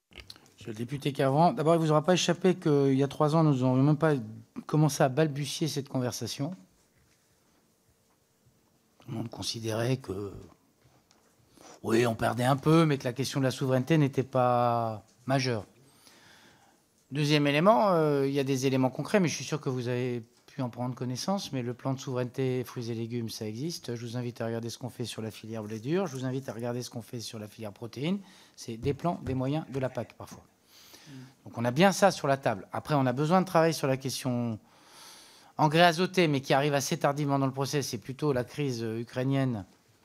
Parce que tout le monde trouvait génial, tout le monde, que les Biélorusses et les Russes nous fournissent en engrais azotés, théorie des avantages comparatifs, bien connue, qui disait ça c'est un truc, puis c'est compliqué, puis c'est polluant parfois, puis c'est des Céveso partout, et donc ça va être beaucoup plus simple pour tout le monde de le faire chez le voisin. Bon. Et donc c'est le travail qu'on va mener cette année, et d'ailleurs dont aura la charge Agnès Pannier-Runacher, sur cette question de plan de reconquête engrais. Sachant que c'est à 2 échelles. C'est et là aussi, c'est comme les bâtiments d'élevage de volailles, il va falloir qu'on accepte d'avoir des usines qui produisent des engrais. Hein. Parce que moi, je ne sais pas faire autrement. Et 2, il va falloir qu'on réfléchisse sur engrais minéraux vers engrais organiques. Ce qui est compliqué parce que les zones où on a besoin des engrais ne sont pas tout à fait les zones d'élevage. Et transporter de l'engrais organique, enfin bref, la rationalité économique n'est pas encore tout à fait avérée, ce qui posera des questions de coût et donc de prix. Hein. On ne va pas se raconter d'histoire. Parce que regagner sa souveraineté, ça a un prix. Ça a un coût et donc un prix. Il me semble que c'est un élément important. Et donc, on va continuer à décliner comme ça. On a devant nous la volaille, j'en ai parlé, mais je considère que la volaille et le porc, mais en particulier la volaille, c'est une question d'abord de simplification. Parce que c'est un bel objet de diversification pour les gens qui font des grandes cultures, et notamment dans les zones intermédiaires, d'avoir un atelier dans les tailles que je viens d'évoquer de volaille. C'est un bon objet, une fois qu'on est un peu débarrassé de la grippe aviaire. Je touche du bois, mais pour l'instant, on est plutôt dans un horizon, sans mauvais jeu de mots, plus favorable. Et ça, il faut qu'on travaille sur... Donc l'idée, c'est de continuer à décliner des plans de souveraineté filière par filière, avec des moyens qui sont ceux de la planification écologique. Après, on a besoin de reconstruire, ce que je disais tout à l'heure, territoire par territoire, un certain nombre de production ou de zones de production structurelles qui vont changer du fait du dérèglement climatique. Qu'est-ce que je fais en Languedoc-Roussillon? Quelles sont les productions qu'on va pouvoir pousser? Est-ce qu'il y a un peu de diversification à rajouter? Un peu plus d'oliviers, un peu plus de ci, un peu plus de ça. Je rappelle qu'on n'est pas du tout autosuffisant en olives. Hein, c'est marginal, mais enfin, c'est quand même pas complètement idiot. Après tout, si on veut couvrir des besoins et que ça vient matcher avec un problème de dérèglement climatique, c'est pas complètement idiot. Quant à l'affaire des stocks stratégiques, j'ai dit ce que j'en pensais, mais je pense que dans le travail que nous avons à faire de la résilience, est-ce que c'est utile ou pas? C'est une bonne question. Ça répond aussi à la question d'ailleurs de ce que vous dites, est-ce qu'on peut empêcher des importations? On a fait tout ce Covid, vous savez. Hein. Oui, non, j'ai bien compris, les exportations. Bon, je ne suis pas sûr qu'il y ait besoin de se compliquer la vie sur un certain nombre de sujets, et que immédiatement, si nous avions un sujet, nous délibérerions à la même vitesse si jamais tout à coup il s'avérait que sur les céréales, on était en capacité de manquer. C'est pas ce que vous avez dit d'ailleurs, mais ne nous faisons pas trop peur sur le sujet, parce que en céréales, en lait, en pommes de terre, ce qui sont quand même un peu des en sucre, ce qui sont quand même un tout petit peu des produits de base. Par ailleurs, attention, nous-mêmes, c'est pour ça qu'on a besoin de le penser en résilience européenne, parce que si nous, on ferme les frontières sur les sucres, ça va avoir un petit effet dans le monde. Hein. Comme sur l'orge, comme sur les céréales, parce que nous sommes un gros opérateur mondial. Contrairement à il y a des sujets sur lesquels la décroissance a été pas bonne, etc. Mais sur les produits que je viens d'évoquer, si on sort du marché, il faut vraiment une situation de crise qui soit une situation de crise assez dramatique pour être dans cette configuration-là. Mais dans le plan de résilience qui est travaillé, évidemment, il y aura cette question-là. C'est qu'est-ce qu'on estime de stratégique? C'est plutôt autour des céréales que les sujets doivent se concentrer, parce que c'est le début de la chaîne, et puis c'est l'alimentation de base. Historiquement, c'est celle-là par laquelle on commence pour le reste. Et donc, c'est un élément... Et donc, on peut aussi ne pas donner des agréments d'export. Hein. Ça, c'est pas compliqué de faire ça. Mais on n'en est pas encore là. Mais c'est dans une stratégie quelque chose qu'il faudra poser. Merci, Monsieur le Ministre. Et d'ailleurs, sur la question des stocks stratégiques, on devra se poser la question dans le cadre de ce cycle sur ce qu'on demande aux citoyens eux-mêmes. Il y a beaucoup de pays qui demandent à leurs concitoyens d'avoir chez eux quelques jours d'avance d'eau et d'alimentation. En France, on a plutôt tendance à dire « vous inquiétez pas, l'État sera là dans tous les cas ». Je pense qu'on devra se poser cette question-là à l'issue du cycle. Nous avons terminé avec les orateurs de groupe. J'ai été saisi de 5 questions individuelles que je vous propose de prendre de manière groupée. La parole est à Corinne Vignon. Merci, Monsieur le Président. Alors, Monsieur le Ministre, vous avez déjà répondu en partie à ma question, puisque je m'intéressais à la volaille.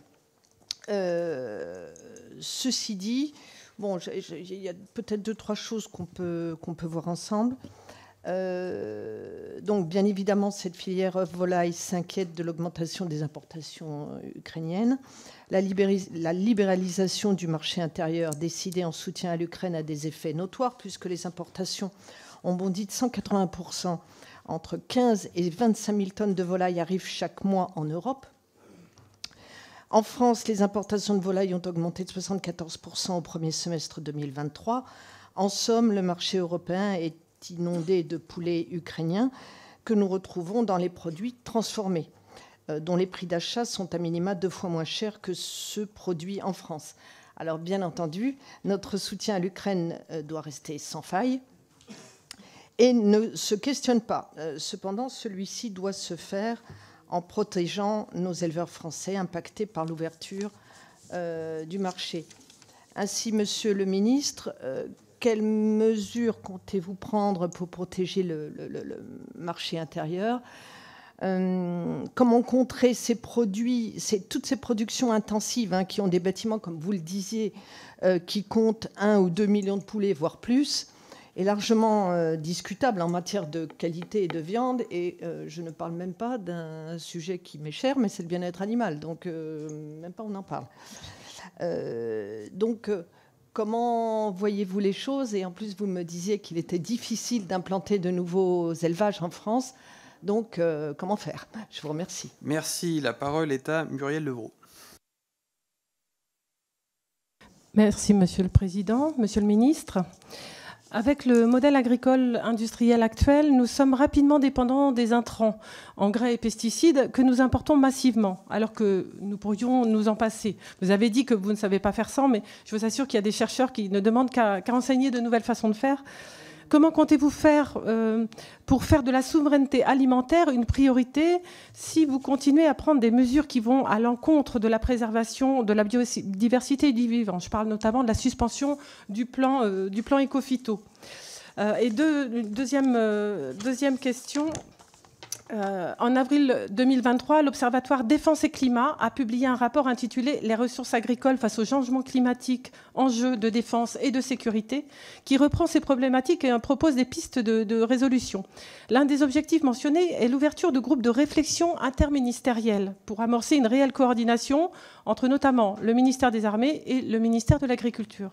Est-il donc prévu de construire un tel groupe de réflexion ministérielle? Et comment, au niveau institutionnel, vous comptez mettre en place une vraie coordination entre les deux ministères pour garantir que les questions de sécurité alimentaire soient complètement intégrées à la stratégie française de défense? Donc deux questions très différentes. Merci. Merci. La parole est à Julien Rancoul. Merci Monsieur le Président, Monsieur le Ministre. Au sein de cette commission, et particulièrement parmi les députés du Rassemblement national, nous exprimons depuis longtemps notre préoccupation quant à la potentielle perte de notre souveraineté industrielle et militaire. C'est pourquoi nous avons toujours défendu la production de nos armes et de nos munitions en France, en parallèle d'un soutien massif à nos entreprises du secteur de la défense. Les crises internationales ne sont pas à exclure, comme en témoigne la situation suivant la guerre en Ukraine après le 24 février 2022, où nous avons fait face à d'importantes tensions concernant nos importations, notamment en ce qui concerne les munitions de petit calibre, pour lesquelles nous pensions être à l'abri de tout problème d'approvisionnement. Le problème est le même pour l'agriculture. Nous devons être en mesure de nourrir notre peuple si jamais les soubresauts géopolitiques venaient à entraver considérablement nos importations de produits alimentaires. Ainsi, ma question est simple. Monsieur le ministre, vous qui avez défendu pendant de nombreuses années les traités de libre-échange avec le monde entier, êtes-vous désormais conscient de la nécessité pour notre pays d'atteindre une souveraineté alimentaire en défendant nos agriculteurs et nos pêcheurs français?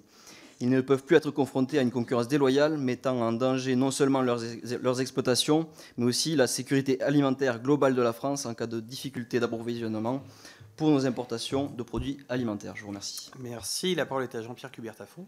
Merci, Monsieur le Président Gassillou, Monsieur le Ministre, chers collègues. Monsieur le Ministre, les dérèglements climatiques vont bouleverser les stratégies de sécurité alimentaire des États, entraînant des réactions en chaîne sur les écosystèmes et un risque de crise accrue, fragilisant les systèmes agricoles. En réponse à ces enjeux, on constate un mouvement de protection des souverainetés alimentaires nationales et de hausse des tensions géopolitiques liées à ces questions. Nous l'avons bien vu, l'offensive menée par la Russie contre l'Ukraine a bouleversé la sécurité alimentaire mondiale. En bloquant l'exportation des céréales ukrainiennes, la Russie déstabilise les marchés agricoles mondiaux et plonge de nombreux pays dans un risque de crise alimentaire. Monsieur le ministre, pensez-vous que notre pays soit à l'abri de toute tentative de déstabilisation par une autre puissance géostratégique usant de tactiques alimentaires? Ce conflit montre aussi les risques que présente une dépendance trop importante en denrées alimentaires étrangères. Monsieur le ministre, la souveraineté alimentaire française est-elle en ce sens assurée? Considérez-vous que notre pays soit aujourd'hui dans une situation lui permettant l'autonomie stratégique alimentaire? Autrement, de quel pays dépendons-nous le plus sérieusement en ce qui concerne l'approvisionnement alimentaire? Monsieur le ministre, je vous remercie. Merci. Et enfin, la parole est à Vincent Bru. Merci, Monsieur le Président. Monsieur le ministre, je vais revenir moi aussi sur le dérèglement climatique et ses conséquences qui risquent d'amoindrir les espaces cultivables en France. Incendies, sécheresses, inondations, pluies torrentielles. L'agriculture et l'élevage deviennent de plus en plus des activités très difficiles dans beaucoup de nos départements. Dans ce contexte, ma question porte sur notre capacité à conserver notre souveraineté alimentaire. Dans le cas où nos espaces agricoles exploitables seraient amenés à se réduire ou à réduire leur productivité, comment pourrions-nous compenser ces pertes sans dépendre davantage des importations? Je vous remercie. Merci. J'ai été saisi d'une dernière question. La parole est à Michel Martinez. Il était prévu, mais bon, pas grave. Donc, merci, Monsieur le Président. Donc, en préambule, Monsieur le Ministre, puisque vous m'avez fait le plaisir de citer plusieurs fois les Pyrénées-Orientales et que vous êtes venu il n'y a pas longtemps à Terrats et à Perpignan, et que vous avez vu à quel point notre territoire était emprunt à la sécheresse suite au changement climatique. Voilà, je voulais juste vous rappeler que nos viticulteurs, puisque vous avez parlé de la vigne, et de ne pas oublier nos viticulteurs et nos paysans. Petit aparté de député. Donc ma question est la suivante. La guerre en Ukraine a soulevé de nombreux problèmes agricoles, dont un majeur, celui lié à l'engrais. La Russie étant le deuxième exportateur mondial, le conflit a fait flamber le cours de ce produit de fertilisation. La Chine, un premier exportateur, a décidé de ralentir ses exportations afin de ne pas appauvrir ses stocks et de ne pas subir de pénurie, ce qui aggrave les tensions sur le marché. En 2021, le Haut Commissariat du Plan indiquait que la France importait 60% de l'engrais qu'elle consommait.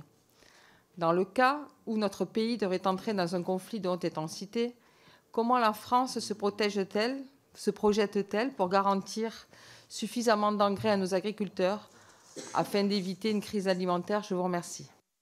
Monsieur le ministre, pour répondre à ces questions et éventuellement apporter un mot de conclusion. D'abord, sur la question des volailles, j'ai déjà commencé à répondre. La nouveauté, il y avait déjà des volailles ukrainiennes sur le sol. Et la conjonction de la baisse des droits de douane plus de la crise chez nous a produit ça. Moi, il me semble qu'on a un sujet à poser sur la table, c'est un sujet aussi d'information du consommateur et d'étiquetage. Européen ou national, peu importe, en l'occurrence, que je pense que le sujet, il est là. Y compris avec la question qui a été posée tout à l'heure, de quand même pouvoir vérifier qu'on ne vend pas de l'européen quand c'est extra-union à 27. Je pense que la transparence, elle a son intérêt sur le sujet. Ça me permet de dire une chose, au passage, ça peut être l'objet d'un débat entre nous, sur la question du bien-être animal.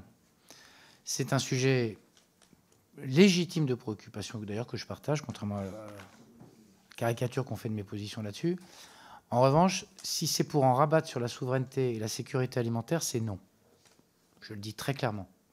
Parce que je ne laisserai pas d'autres que nous nourrir nos frontières à l'extérieur de l'Europe au motif simplement du bien-être animal. Je le regrette. Il y a un certain nombre de pays qui demandent des animaux vivants, qui nécessitent du transport, qu'on essaie de travailler, et on partage ce point de vue, sur l'amélioration des conditions, avec du bon sens que vous avez, que l'on partage, oui. Mais si à la fin, c'est Poutine qui va encore continuer à nourrir l'extérieur de nos frontières, parce que nous aurions les mains propres, mais nous n'aurions plus de mains, ça me pose une difficulté. C'est la limite de l'exercice, d'ailleurs, me semble-t-il, et la nécessité que nous avons collectivement de sortir de la naïveté. Deuxième élément sur la question, qui est posée par Mme, de la question du modèle agricole. Alors, pardon, j'aime beaucoup les chercheurs, et cette précaution de langage étant prise, montrez-moi celui qui va vous expliquer qu'on peut faire sans fertilisation l'agriculture. Enfin, je vous assure qu'il y a besoin de fertilisation, ce qu'on appelle des engrais. Mais les engrais, ils peuvent être de différentes natures. Mais il n'y a pas d'agriculture sans engrais. Il va falloir qu'on se le mette sans fertilisation. Non mais on est d'accord. Mais vous dites on peut faire sans engrais. Bah, les engrais, ne nous obsédons pas sur les engrais. Ils peuvent être minéraux ou organiques. Mais il va falloir qu'on se le dise. Deuxième élément, je veux bien qu'on fasse les grands soirs et les grandes bascules sans les phytos. Mais on va vite collapser. C'est-à-dire que ce qui se passe aujourd'hui en France, y compris les débats que nous avons avec le monde agricole, c'est quand même la capacité que nous avons eue à priver les agriculteurs que français d'un certain nombre de produits parfois. Et à ce moment-là, on ne produit plus. Parce qu'on n'a pas forcément les techniques alternatives. Pas forcément. Et je ne dis pas qu'on ne les trouvera pas. Hein. Je dis juste qu'il faut... Mais nous sommes sans doute le gouvernement qui aura mis le plus de moyens sur ces questions-là. Je le rappelle, 250 millions d'euros, personne ne l'a fait avant nous. Donc moi, je suis très, très à l'aise. Mais vous savez, parfois, la recherche médicale cherche depuis 40 ans des vaccins, depuis 50 ans sur des maladies, et on n'a pas toujours trouvé. Et parfois, en conscience, il faudra dire on n'a pas trouvé. Je comprends l'impatience, mais quand j'ai entendu quelqu'un dire sur la betterave, il y a 3 ans, on a trouvé la solution, bah, quand on a pris le premier PET, on a perdu 40% de production. Bon, donc ça ne marche pas aussi. C'est compliqué, notre truc. Mais il faut chercher, je suis d'accord avec vous. Mais il faut qu'on cherche pour pouvoir trouver des éléments importants d'alternatives. Ecophyto, je répète, la suspension, c'était pour travailler sur l'indicateur. La position du gouvernement a été donnée sur l'indicateur. Ça n'en rabat pas sur les ambitions. Je vous assure que les programmes de recherche n'ont pas été interrompus pendant 1 mois, ni à l'INRAE, ni dans les instituts techniques, et qu'on dépote. Parce que moi, mon intérêt, c'est qu'on trouve des stratégies alternatives, et qu'on ait une stratégie de réduction des phytos, en particulier ceux qui posent le plus de risques, parce qu'à terme, ils seront à un niveau ou à un autre, ils seront sortis. Donc, vaut mieux préparer les agriculteurs plutôt que de les mettre au mur. Il me semble que c'est un élément important. Oui, on a besoin, et je partage la nécessité de se coordonner avec les collègues de la défense sur un certain nombre de sujets. Et ça, je pense que ça fait partie du travail que vous menez, au fond, qui va nous inciter collectivement à se dire quelle est la résilience qu'on organise. Monsieur Rancoul, oui, il faut nourrir le peuple, mais vous qui êtes d'une terre viticole, éminemment viticole, si j'ai bonne mémoire, c'est pas à la carte, en fait, le commerce. Si jamais je prive l'Aude, puisque c'est votre département, de toute capacité d'export, parce que ne croyez pas que si vous dites, moi, je veux pas des produits... Non, mais alors, on peut fermer les frontières avec les Espagnols aussi, mais vous me direz ce qu'on fait des vaches. Mais ce modèle qui consiste à faire, française, qui passe la frontière espagnole, ce modèle qui consiste à faire, dès que j'ai un problème, je rentre en conflictualité, à la fin, c'est la mort de l'agriculture française. Regardez la courbe. Les céréales, le lait, le vin, les fromages, l'orge, si on fait, entre guillemets, la guerre économique avec tout le monde, qu'on essaie d'avoir des... Oui, mais vous dites, le vin espagnol, il vient. Bah oui, il y a le vin espagnol qui vient. Parlez-en aussi aux gens qui, peut-être en France, ne sont pas des passagers clandestins aussi. Vous voyez ce que je veux dire? Et qui profitent des périodes de crise sur le dos des viticulteurs audois ou français. Parce que, vous voyez ce que je veux dire? Tous les opérateurs français ne sont pas des opérateurs qui maximisent leurs profits. Donc ceux-là, je les ai à l'œil, pour être clair avec vous. Donc c'est pas que la faute aux Espagnols. Parce qu'après, une fois qu'on dit c'est la faute aux Espagnols, on sera bien content le jour où on dira les bovins, ils partent plus. Le jour où on dira le blé dur, j'en veux plus. Le blé tout court, j'en veux plus. Et on aura gagné quoi, en fait, dans cette guerre? On aura donné exactement ce que voulait Poutine, c'est-à-dire la guerre de l'Europe contre elle-même. Et je ne suis pas sûr que vos viticulteurs au doigt y auront gagné quelque chose. Après qu'on ait besoin, dans les accords internationaux, de regarder ce qui fait qu'il y a des filières qui sont plus handicapées que d'autres. Les ovins ou les bovins, parfois. Mais le CETA, c'est bon pour l'agriculture française. On peut le mettre dans tous les sens, on peut l'écrire la phrase dans tous les sens. C'est 200 millions de plus d'exportation française. C'est un fait. C'est un fait avéré. Bon, il y aura des votes bientôt, mais il faudra que les gens qui votent contre, ils aillent devant les producteurs laitiers expliquer qu'ils se sont privés de 200 millions d'exports. Pas de problème. Mais il faut que chacun assume. Parce que moi, je ne suis pas un libre-échangiste, pardon de l'expression, écheuve, parce que des fois, ça peut... Bon. Bref, je ne suis pas un tenant du libre-échange, je vous vois déjà rigoler, ça peut faire la phrase de la soirée. Acharné. Mais on a besoin de commerce. Pardon, on a besoin de commerce plus équilibré. Mais l'Aude est un pays d'export. Oui. Et oui, mais après, on peut essayer de trouver des solutions, mais le commerce, c'est j'importe, j'exporte. Sinon, ça ne marche pas, notre truc. Et sinon, on aura une difficulté, pardon d'avoir fait cette digression, mais c'est un sujet important. Deuxième élément, ça me permet de dire sur les sujets. Tout à l'heure, on disait Poutine désorganise les marchés des céréales, où les agriculteurs payent parfois un peu et ont le sentiment d'être les seuls contributeurs. L'inflation, c'est la guerre en Ukraine. Hein. L'inflation, ce n'est pas de l'inflation de surchauffe économique. Hein. L'inflation qu'on a eue... non, mais ce sursaut inflationniste, c'est simplement l'énergie mise dans le tube. Parce que comme on est très énergivore, et qu'on a besoin de sortir de cette souveraineté, quand vous mettez une augmentation des prix du pétrole, du gaz et du reste à ce moment-là, bah vous le retrouvez dans toute la chaîne de production, parce que les bouteilles, du fitou et tout le reste, ça dépend quand même un petit peu d'énergie. Donc cette crise inflationniste, elle doit nous informer, nous édifier. Donc je pense qu'on a besoin, Monsieur le Président, de penser la chaîne de production globale. C'est-à-dire le prix du gaz en Russie, ça a des effets sur le prix de ma bouteille de vin à la fin. Et donc, ça finit par coûter cher. Et je finis avec les trois dernières questions. Sur la question des territoires, oui, la question posée par Jean-Pierre Cubertafond sur la question des stabilisations. Il y a une stratégie, une vraie stratégie russe, c'est déstabilisation des marchés, déstabilisation des territoires, déstabilisation européenne. Et reconnaissons qu'il faut être très vigilant là-dessus.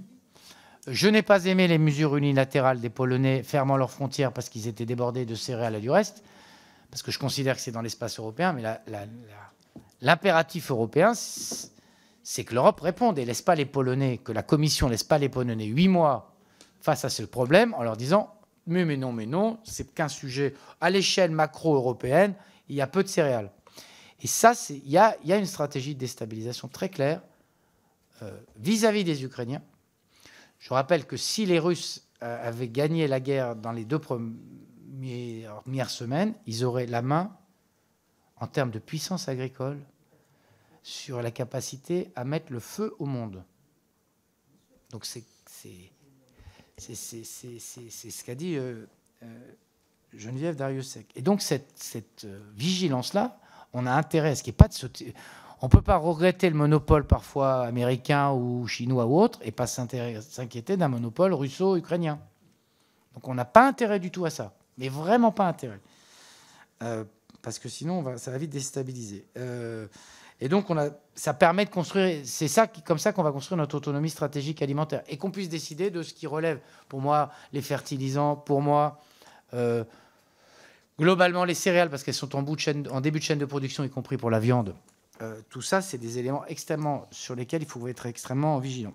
Monsieur Bru, Vincent Bru a parlé de la question des espaces cultivables. Alors oui, on a deux sujets, il y a trois sujets. Celui qui a été évoqué par votre collègue tout à l'heure, c'est l'accaparement des terres, pas en France, mais ailleurs, arables. Parce que ça, c'est quand même un sujet de souveraineté pour les pays qui vont être victimes de ça. Et donc une puissance agricole qui, pour la première fois, sera portée par-delà les frontières. Quand même un sujet un petit peu... Deux, on a un risque, me semble-t-il, de perte de surface. Alors, ce n'est pas de perte de surface vraiment, mais c'est de terres qui ne soient plus capables de... Et c'est là qu'on a besoin de construire territoire par territoire de la résilience. Je ne suis pas sûr qu'on soit encore en stade en France, compte tenu à date du règlement climatique, mais ça peut être devant nous assez compliqué. Hein.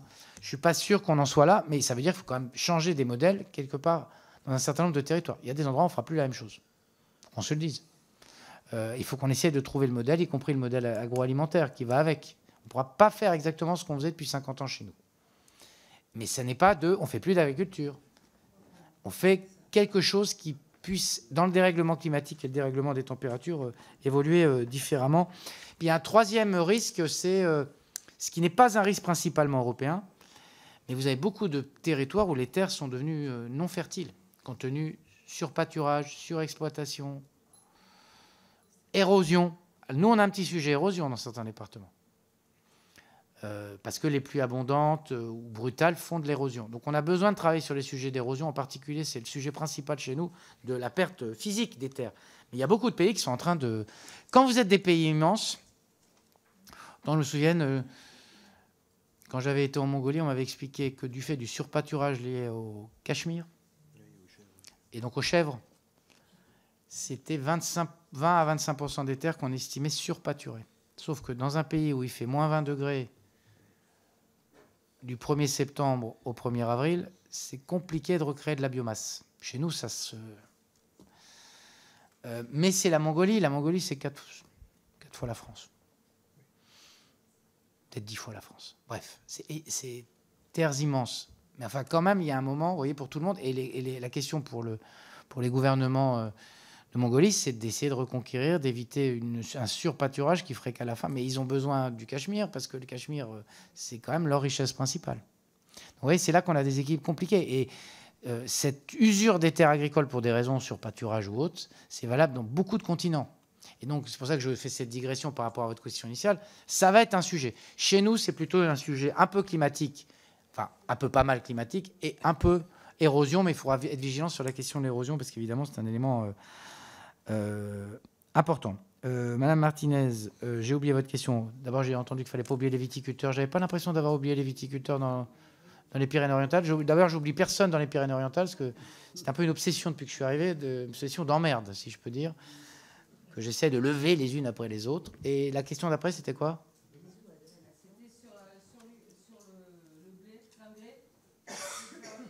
Le quoi, le pardon?